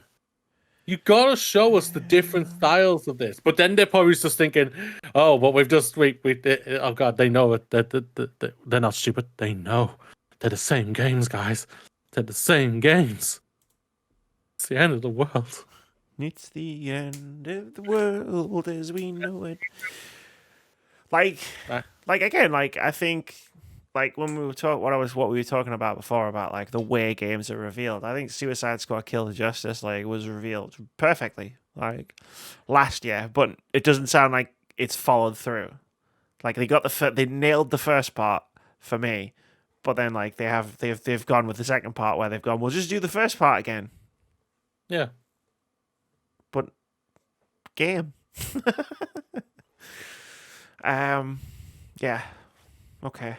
I'm glad they have added co-op to these games though, because I remember playing Arkham Knight, and you do those duo takedown things where it's like you're playing as Batman, and then you with like Robin or something, and Robin's fighting, yeah. and then you push the buttons, and it's like you do this cool like team takedown thing. And I remember playing that thinking, damn, that would have been awesome if like somebody else was playing. Like Robin. Fuck. Shit. Why didn't you add co-op to Arkham Knight? Probably. I might have been able to forgive the tank sections more if I'd been playing with somebody. Probably not though, those tank sections were really bad. God, yeah. And then you made one on a boss fight. Oh. Yeah. Oh, and then oh my god. You know what I suffered through to get the second ending in the game. Where you have to do shitloads of side missions. Oh, it was horrible. And there were some good side missions in there. But like one of the side missions I think was the Hush side mission, which was like 2 missions, and then there's 3 other mission chains of like 30 missions of bat tank stuff, and I was like, nope, you haven't thought this through, have you? Like no one's reading Batman comics to watch him fucking blast about in a tank, blowing up other tanks for like issues and issues at a time. Like, what the fuck are you doing? They listened to the small minority who were literally saying, we want the Batmobile, we want the Batmobile. The Batmobile was great when he was just driving around, being like, but then I was like, what time to fight as a tank? And it was like, why? Why are you doing this to us? Why? And then they were like, let's make an open world Gotham City Batman game. And they're like, but we're going to evacuate all the civilians first. Like, that's boring. Fine. So it's just Arkham City, but bigger. Great. Pretty much, yeah. But Batman is famously all about just punching people. Yes. There's no deeper layers to any Batman stories ever in the history of Batman. Not at all. Let's move on. And he doesn't kill. Let's remember. Does in Arkham Knight. Jesus fucking Christ. Epic and Innersloth appear to be mending relations after Fortnite's Impostors kerfuffle. This is from Brian Francis over at Game Developer. He writes, Epic Games, the developers behind Fortnite, appears to be rebuilding bridges with Innersloth, the developer behind Among Us. Not only is the company publicly acknowledging that its Fortnite Impostors game mode is directly inspired by Among Us, the two teams appear to be teasing an upcoming collaboration on Twitter. This follows a dust-up from August where developers at Innersloth publicly complained about Epic Games releasing a fast-follower game mode that so closely borrowed from core game mechanics of Among Us. Not only does Fortnite's social deduction game make use of an imposter character, it employs a task system and special powers for the killer, both mechanics that help define Innersloth's smash hit. In the intervening months, it seems someone reached out with an olive branch to build better relations between the two teams. If you check out Fortnite's newest patch notes, you'll note that it directly says Fortnite Impostors is directly inspired by Among Us. And on Twitter, the two companies' social media teams exchanged some light banter, implying an upcoming collaboration. Fortnite has already featured other major video game characters, including Halo's Master Chief and Ken, Ryu, and Chun-Li from Street Fighter. As Innersloth's own developers acknowledge they don't own any of the core mechanics that have made Among Us a smash hit, but seeing a much larger company use those mechanics only after Innersloth put in the work to make them popular definitely stung. It's heartening to see that at some point Epic decided the best path forward was to work with Innersloth rather than pretending their game wasn't an inspiration. When reached for comment, Innersloth community director Victoria Tran stated, quote, "Lol, nice," end quote. That last sentence was the whole reason I did this entire story. Victoria Tran is awesome. Victoria Tran is just the coolest person ever. Good. This is good. Let's just be frank here. Epic, you shouldn't have done what you did, and you know that. It's good that you collaborate, and it's all good like that. I'm guessing we might hear something like I said, the Game Awards in December. Among Us revealed their airship map at the Game Awards, and Fortnite's always doing something with Jeff Keighley, so it's possible. I wouldn't be surprised if we see something there. Players like Among Us Jelly Bean in Fortnite. Something like that. Jelly Bean with a gun. Yeah. Pretty much, yeah. And one of the skins will probably be one of the Fortnite people or something. I don't know. Yeah, there'll be like a Fortnite bundle in Among Us. I don't know. The problem with Fortnite is all of its identifiable characters are all from other pop culture things.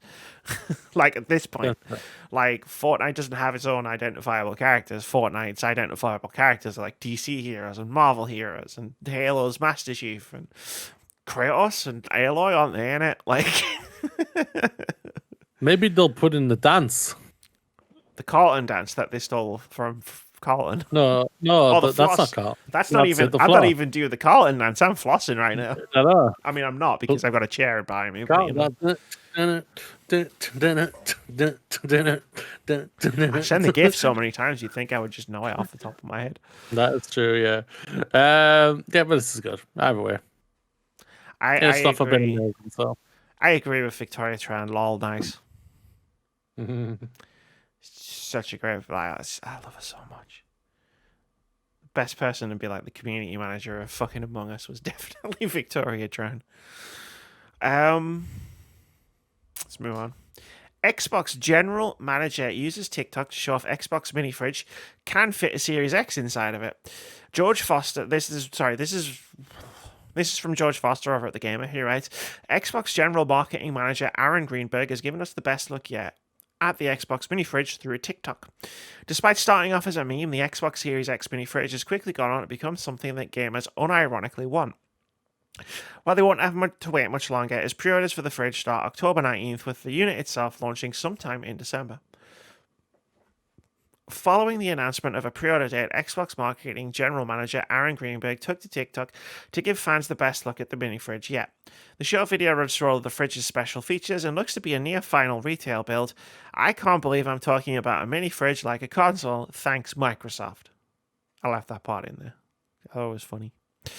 The mini fridge is a lot bigger than you might expect, with Greenberg pulling an actual Xbox Series X out of it, showing the sort of storage it'll have. In this case, we're talking about CAN storage, not data. The fridge's Xbox symbol actually lights up when turned on as a USB port at the front, which Greenberg uses in the TikTok to charge his Sea of Thieves themed controller. Although most of us getting the mini fridge are actually going to use it to, well, store drinks, it's nice to see so many functions attached to it. There's clearly been a lot of love behind the Xbox fridge. There's a bunch of other stuff. Holds up with 10 cans, 2 shelves. Has a shelf in the door for snacks. Who knew the fridge would have more storage than the actual Xbox Series X? Hey-o. Probably easier to get as well. It's Probably, yeah. £99, I think. I remember seeing it. Yeah, that's pretty reasonable for an Xbox Series X. I thought they were gonna like jack the price on this, but it's pretty much how much a mini fridge costs. Pretty much, yeah. Yeah, it's it's the gift that just keeps on, or the meme that just keeps on giving, isn't it? Really, it was a fun little thing, and now they've literally just turned the meme into something that's literally the joke is now going to make them money. Yeah, it's like the whole like the April Fool, the Yakuza like a dragon is a turn-based RPG April Fool's joke, and then when they saw everyone's reaction, they were like, "Oh shit!" Then they turned it into a turn-based RPG. It's like the same thing here. It's like, this was a funny joke, but it's not. But I don't think it's a joke anymore because we're going to be buying these fridges. I want one. I'm not going to get one. But if it's a thing that doesn't sell out immediately and then disappear forever, like, I definitely want to buy an Xbox Series X mini fridge. Yeah. Unironically, I want one in agree. my house. If I had it, if I get one, it'd be behind me. Like, fuck the extra shelves. Fuck all the shit I've got stored underneath my thing, waiting for the extra shelves to go out. I'll just put a fridge there. I'm not even kidding. I'll do it. I'll keep my Xbox Series X inside of it. You could have it up and just during the podcast and just see, I've got both. I wonder if you could put 2 S's in it. Maybe. They're pretty small. Yeah. Yeah. Either. Yeah. That's the next video. That's the next TikTok video. That's the next TikTok video. Do you want me to take over? Yeah. Amy, you played a video game. Played many. You have, but you played a video game called In Sound Mind. And it's time for you, as it's a new thing now, ladies and gentlemen, and everyone, for the podcast, as Amy and me have not discussed with you at all. I'll let you know what we're doing. We're now moving games that we've played, that are small games, over to being reviewed here. But when it comes to but we will be reviewing them theoretically when it comes to a really big game on twitch.tv/wordsaboutgames, where we'll be playing them, and then eventually both us will be in the chat and Discord and chat about it, and I will ask the questions, or Amy will ask me the questions if it's a game I'm playing, vice versa. So In Sound Mind, Amy. Yeah, it's an experiment, right? We don't really know yet, but we're working it out. It's just great. Yeah. I'm having lots of fun. I can see your general thoughts, but the listeners don't. So what are your general thoughts? Yeah, we came up with this wild idea, right? Where it's like, well, what if I just put all of my notes in front of you so you can see them too? That's true. Wild. My general thoughts, it's good until it's not. Like, In Sound Mind, it's a first-person psychological horror game, which is available on PC, PlayStations, and that's it. And Xbox, I think. I don't know. Moody didn't do the general information, so people might not know what this game is. You play a therapist who's basically going completely bananas. And you wander around an apartment building, and the doors have sometimes leads to other people's apartments who don't even live in the apartment building, and then you find tapes and you play the tapes, and then you go to these levels, and then you get haunted by ghosts or general entities. And it's pretty wild. There's a cat, and the cat talks, and then you can pet the cat, but then the cat gets annoyed if you pet it too much, and you can't pet it anymore. And that's the general information for In Sound Mind. Don't look it up on Steam. That's exactly what the start page says. The platforms Nintendo Switch, the Xboxes. Switch, yeah. Oh, okay. The Xboxes and PlayStation 5. I was right. It did come out on Xbox. Yeah. And PC. So my general thoughts on this first person psychological horror game is it was good for a while, then it wasn't. Yeah. Story. What is the story?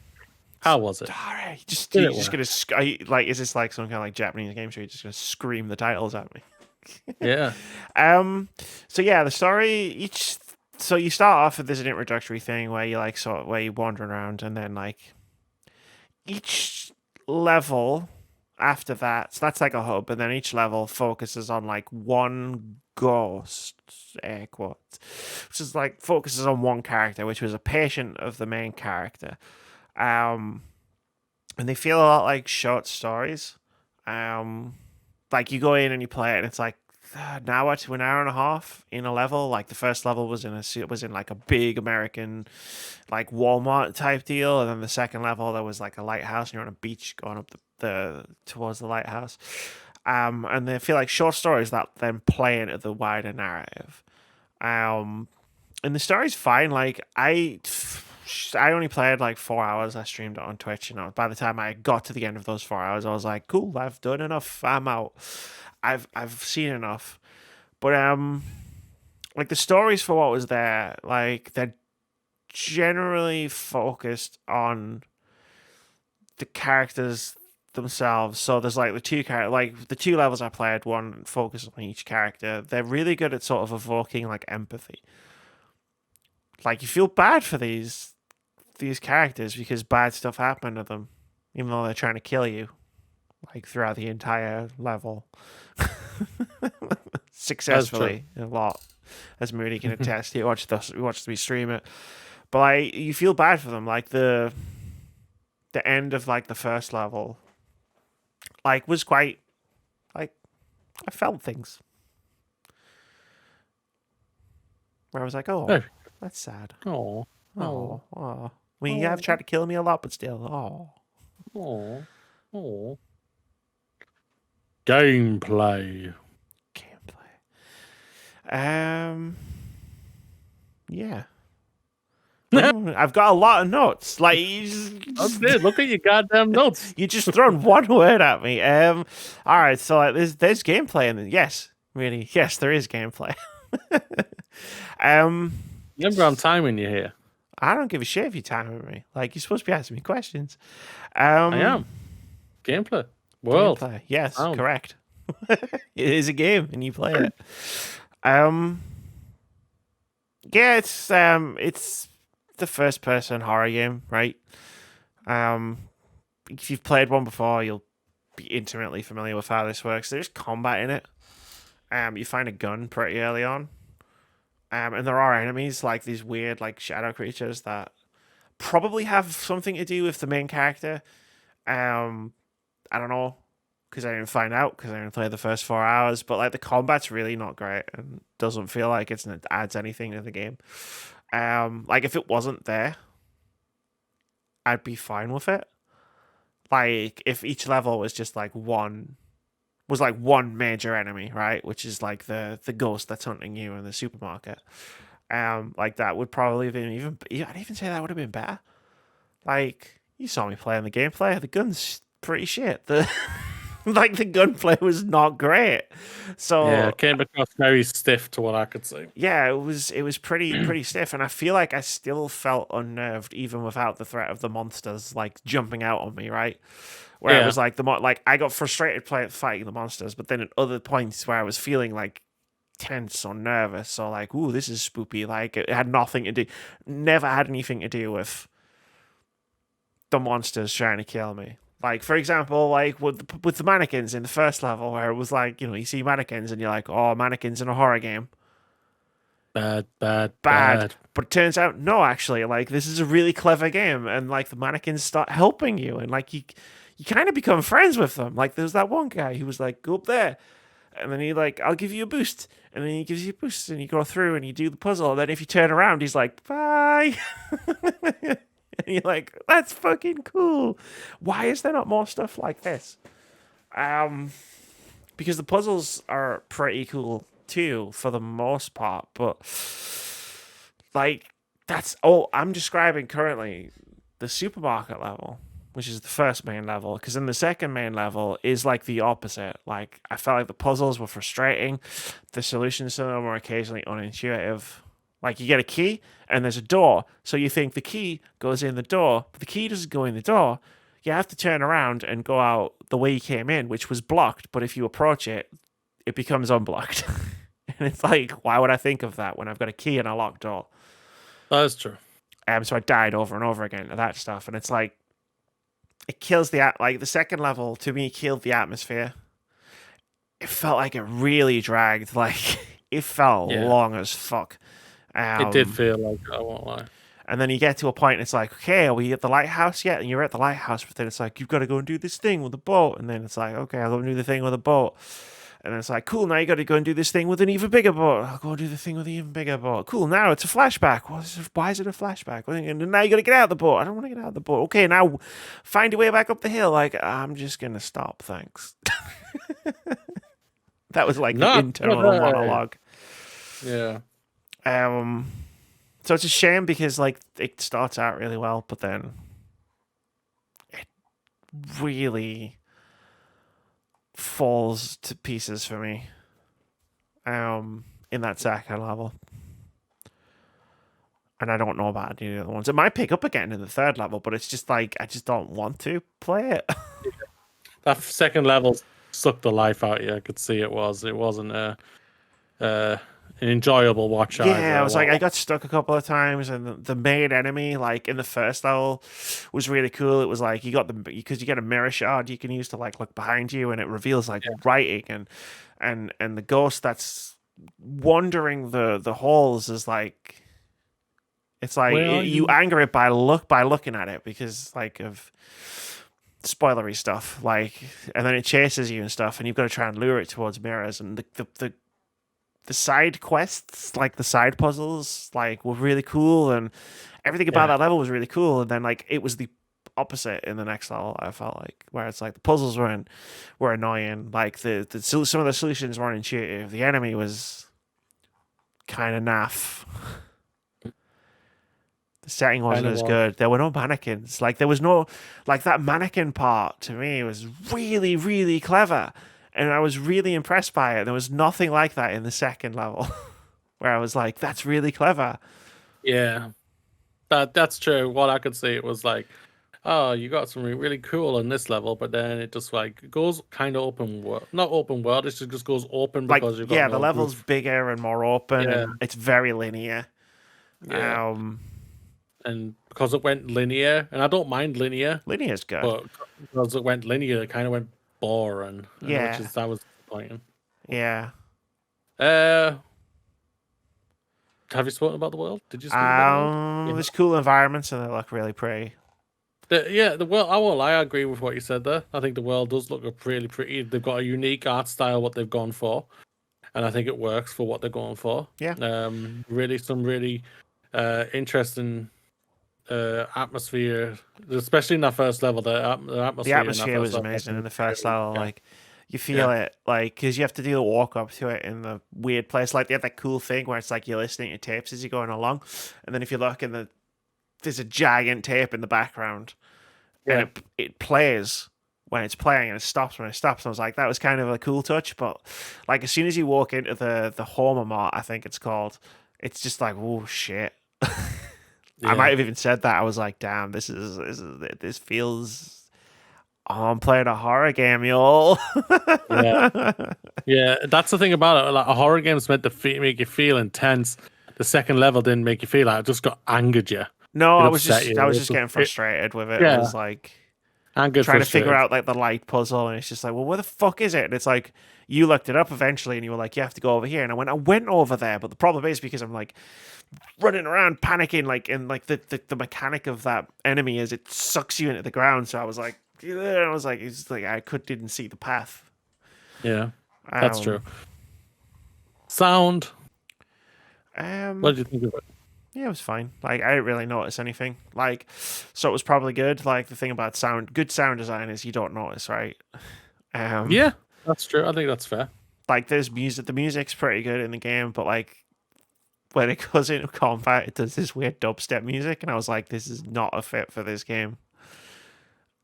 Like you just imagine exploring this like spooky supermarket and like spooky stuff's happen and then the game's just like and it's just like, wait, what's happening? What's going on here? That's not how it works. No. Stop that. Stop that right now. All right, stop it. I think they had good sound effects like on the first level. Like the first level, like with the ghost, I think it's just the noise she was making was like Oh pretty yeah, like creepy. she was screaming and you could hear her talking and like and like yeah, it's just like the moment with the shopping trolley, which will be in the next highlights video because it's amazing. Where I was sneaking around and I was hidden next to a shopping trolley, like where is she? And then that mannequin just came out of fucking nowhere and just blasted the shopping trolley. Like stuff like that. Yeah, it was pretty cool. Like the voice acting was okay as well. Like which is a surprise because I tend to find that like no offense to Insound Mine or the developers, like sort of like lower end horror voice acting tends to be pretty bad. But like the voice acting was fine in this game. You almost became a Jill sandwich. That was high budget. That's the scary thing about that game. What are your final thoughts? Yeah, like it's a good game with a fantastic like opening, but that opening is also the demo. So like you could just play the demo and have the best possible time with it. The later levels aren't as good as that opening level, and it starts to feel like it drags. And when it starts to feel like it drags, I start getting frustrated, and then I lose interest, and it becomes not a great time. And then I'm not scared anymore, or tense or like on edge. You know, like ooh, I'm playing a horror game. It's more like fucking gotta walk through this fucking boat now, and then something goes blah, and I just go whatever, man, just fucking get out my face.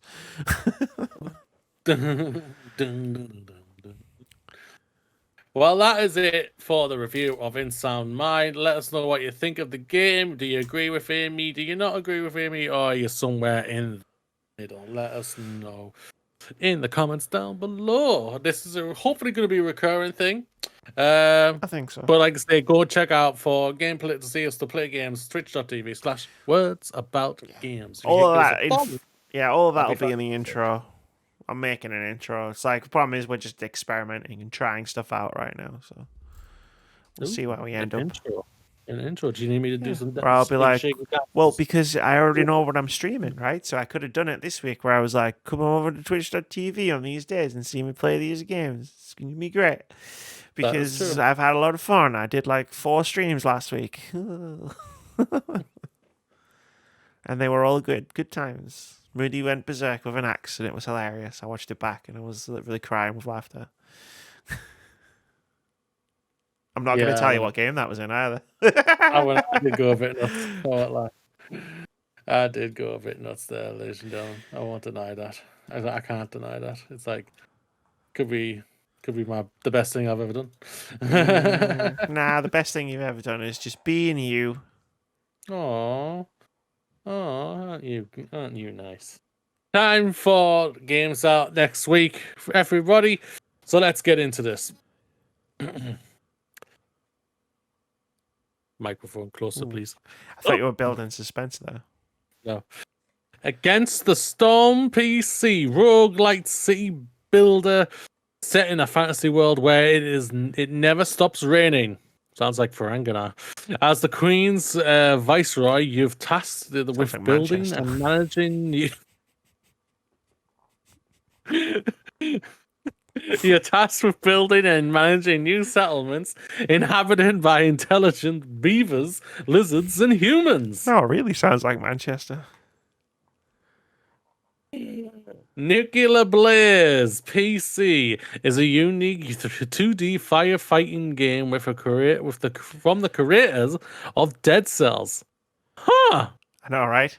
I read that sentence when I was doing the notes, and I was like, wait a minute. Wait, what? Excuse me? With all the devastating backdrafts, exploding walls, and shrinkling sprinklers who you could expect, fight your way through a mysterious facility and try to keep the blaze under control. Huh. Huh. Huh. Huh.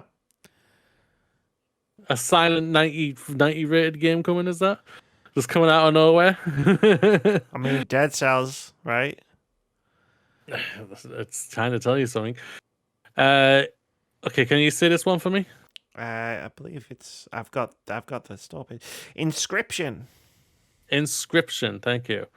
Is an inky black card-based odyssey that blends the deck-building roguelike escape room-style puzzlers and psychological horror into a blood-laced movie.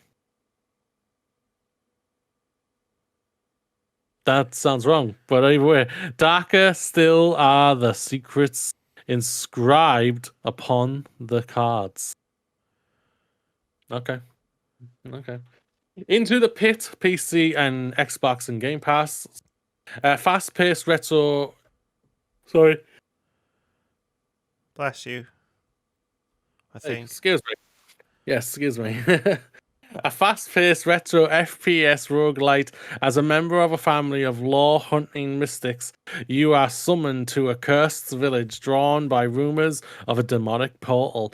Dark magics have overwhelmed the village. It's up to you to rescue the survivors, grow your powers, and journey forth into the pit. Gloomhaven PC, whether you are drawn to Gloomhaven by the call of adventure or by an avid desire for gold glimmering in the dark, your fate will surely be the same. Gloomhaven, the digital adaptation of the acclaimed board game, mixes tactical RPG and dungeon crawling. They always run PC. Become Aiden, a three-armed mutant who hunts the most dangerous bounties in the galaxy, catch, slice, dice, and destroy enemies in this exciting 2D platformer with a space western setting. Oh, love a good space western.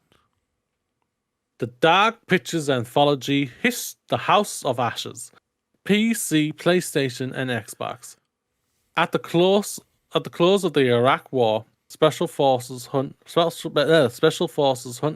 for weapons of mass destruction unearth something far deadlier. A buried Sumerian temple contained a nest of unearthly creatures. Survive the night below, they must forge a brotherhood with their enemies from the world above. Echo Generation, PC, Xbox, and Game Pass is a turn-based adventure game about a gang of kids investigating supernatural occurrences while battling monsters and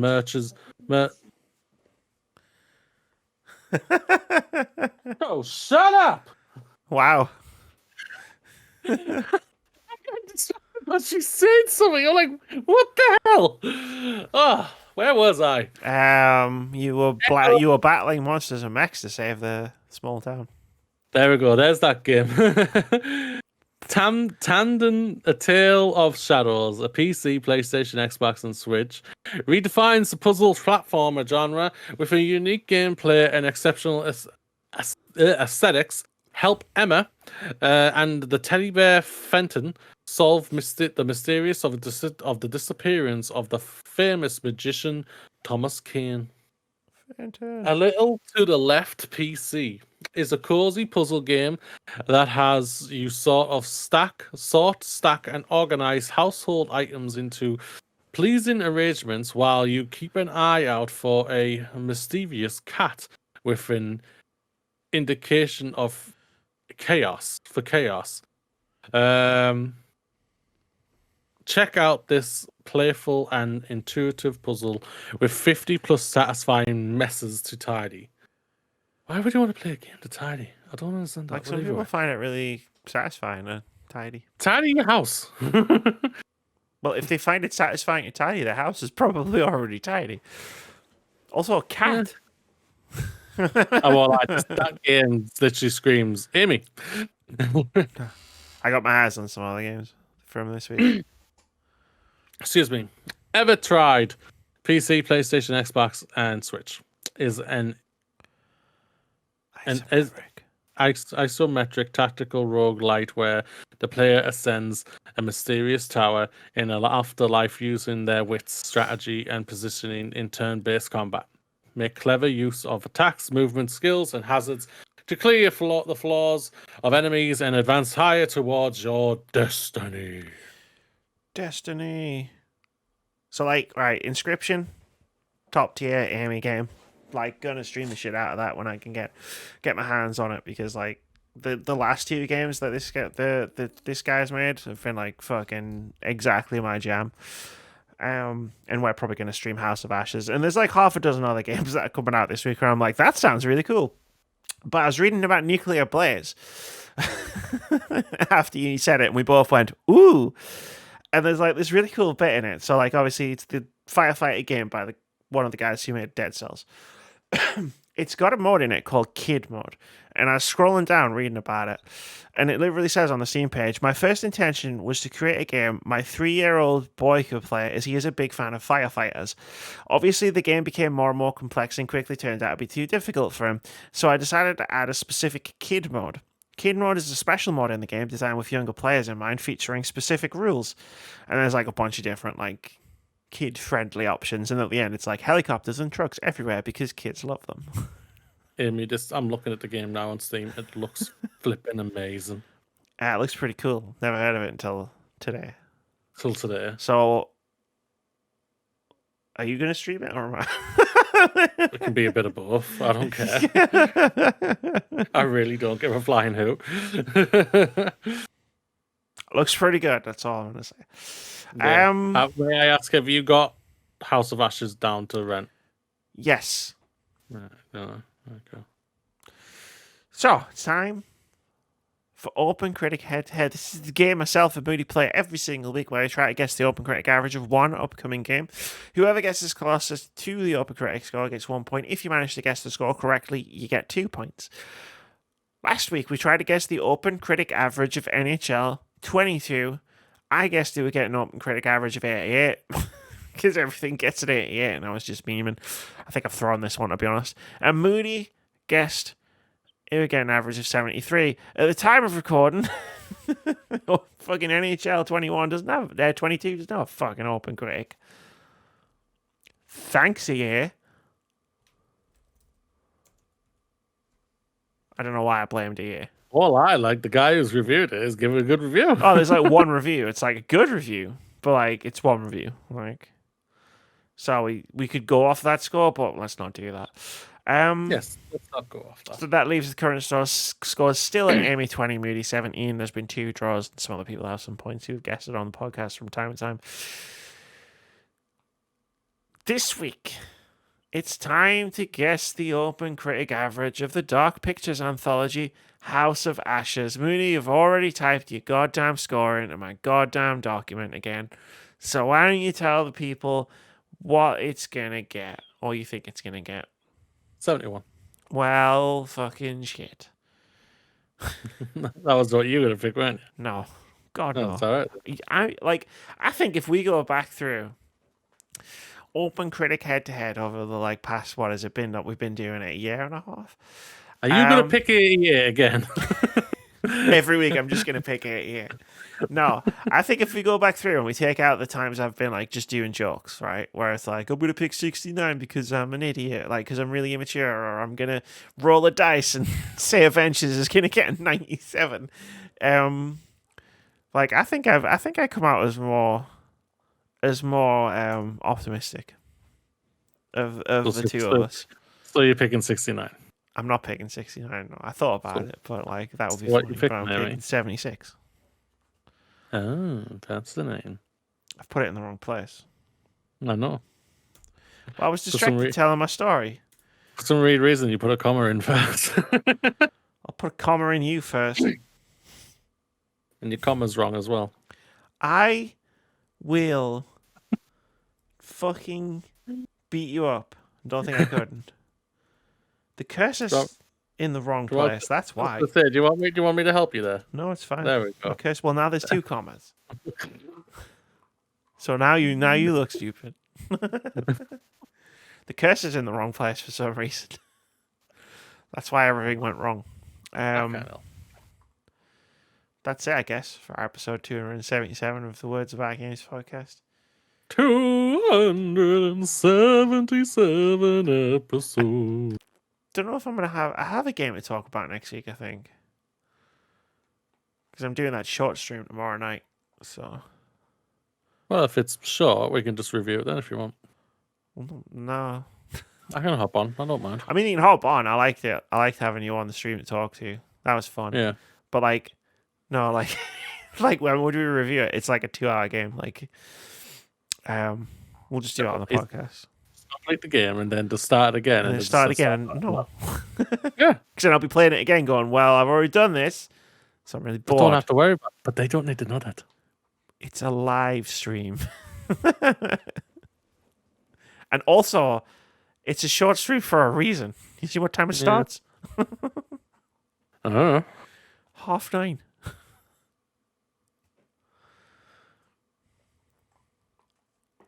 What day are we? Where's my calendar? I think my calendar's all You over can mean the my place. calendar. No, this is my calendar. Did you It's just got add my attached to it. calendar to your calendar? It's just got you attached to it. I thought I felt something a bit funny. Man. Behind the frame. Yeah. I've got loads of like 2-hour games.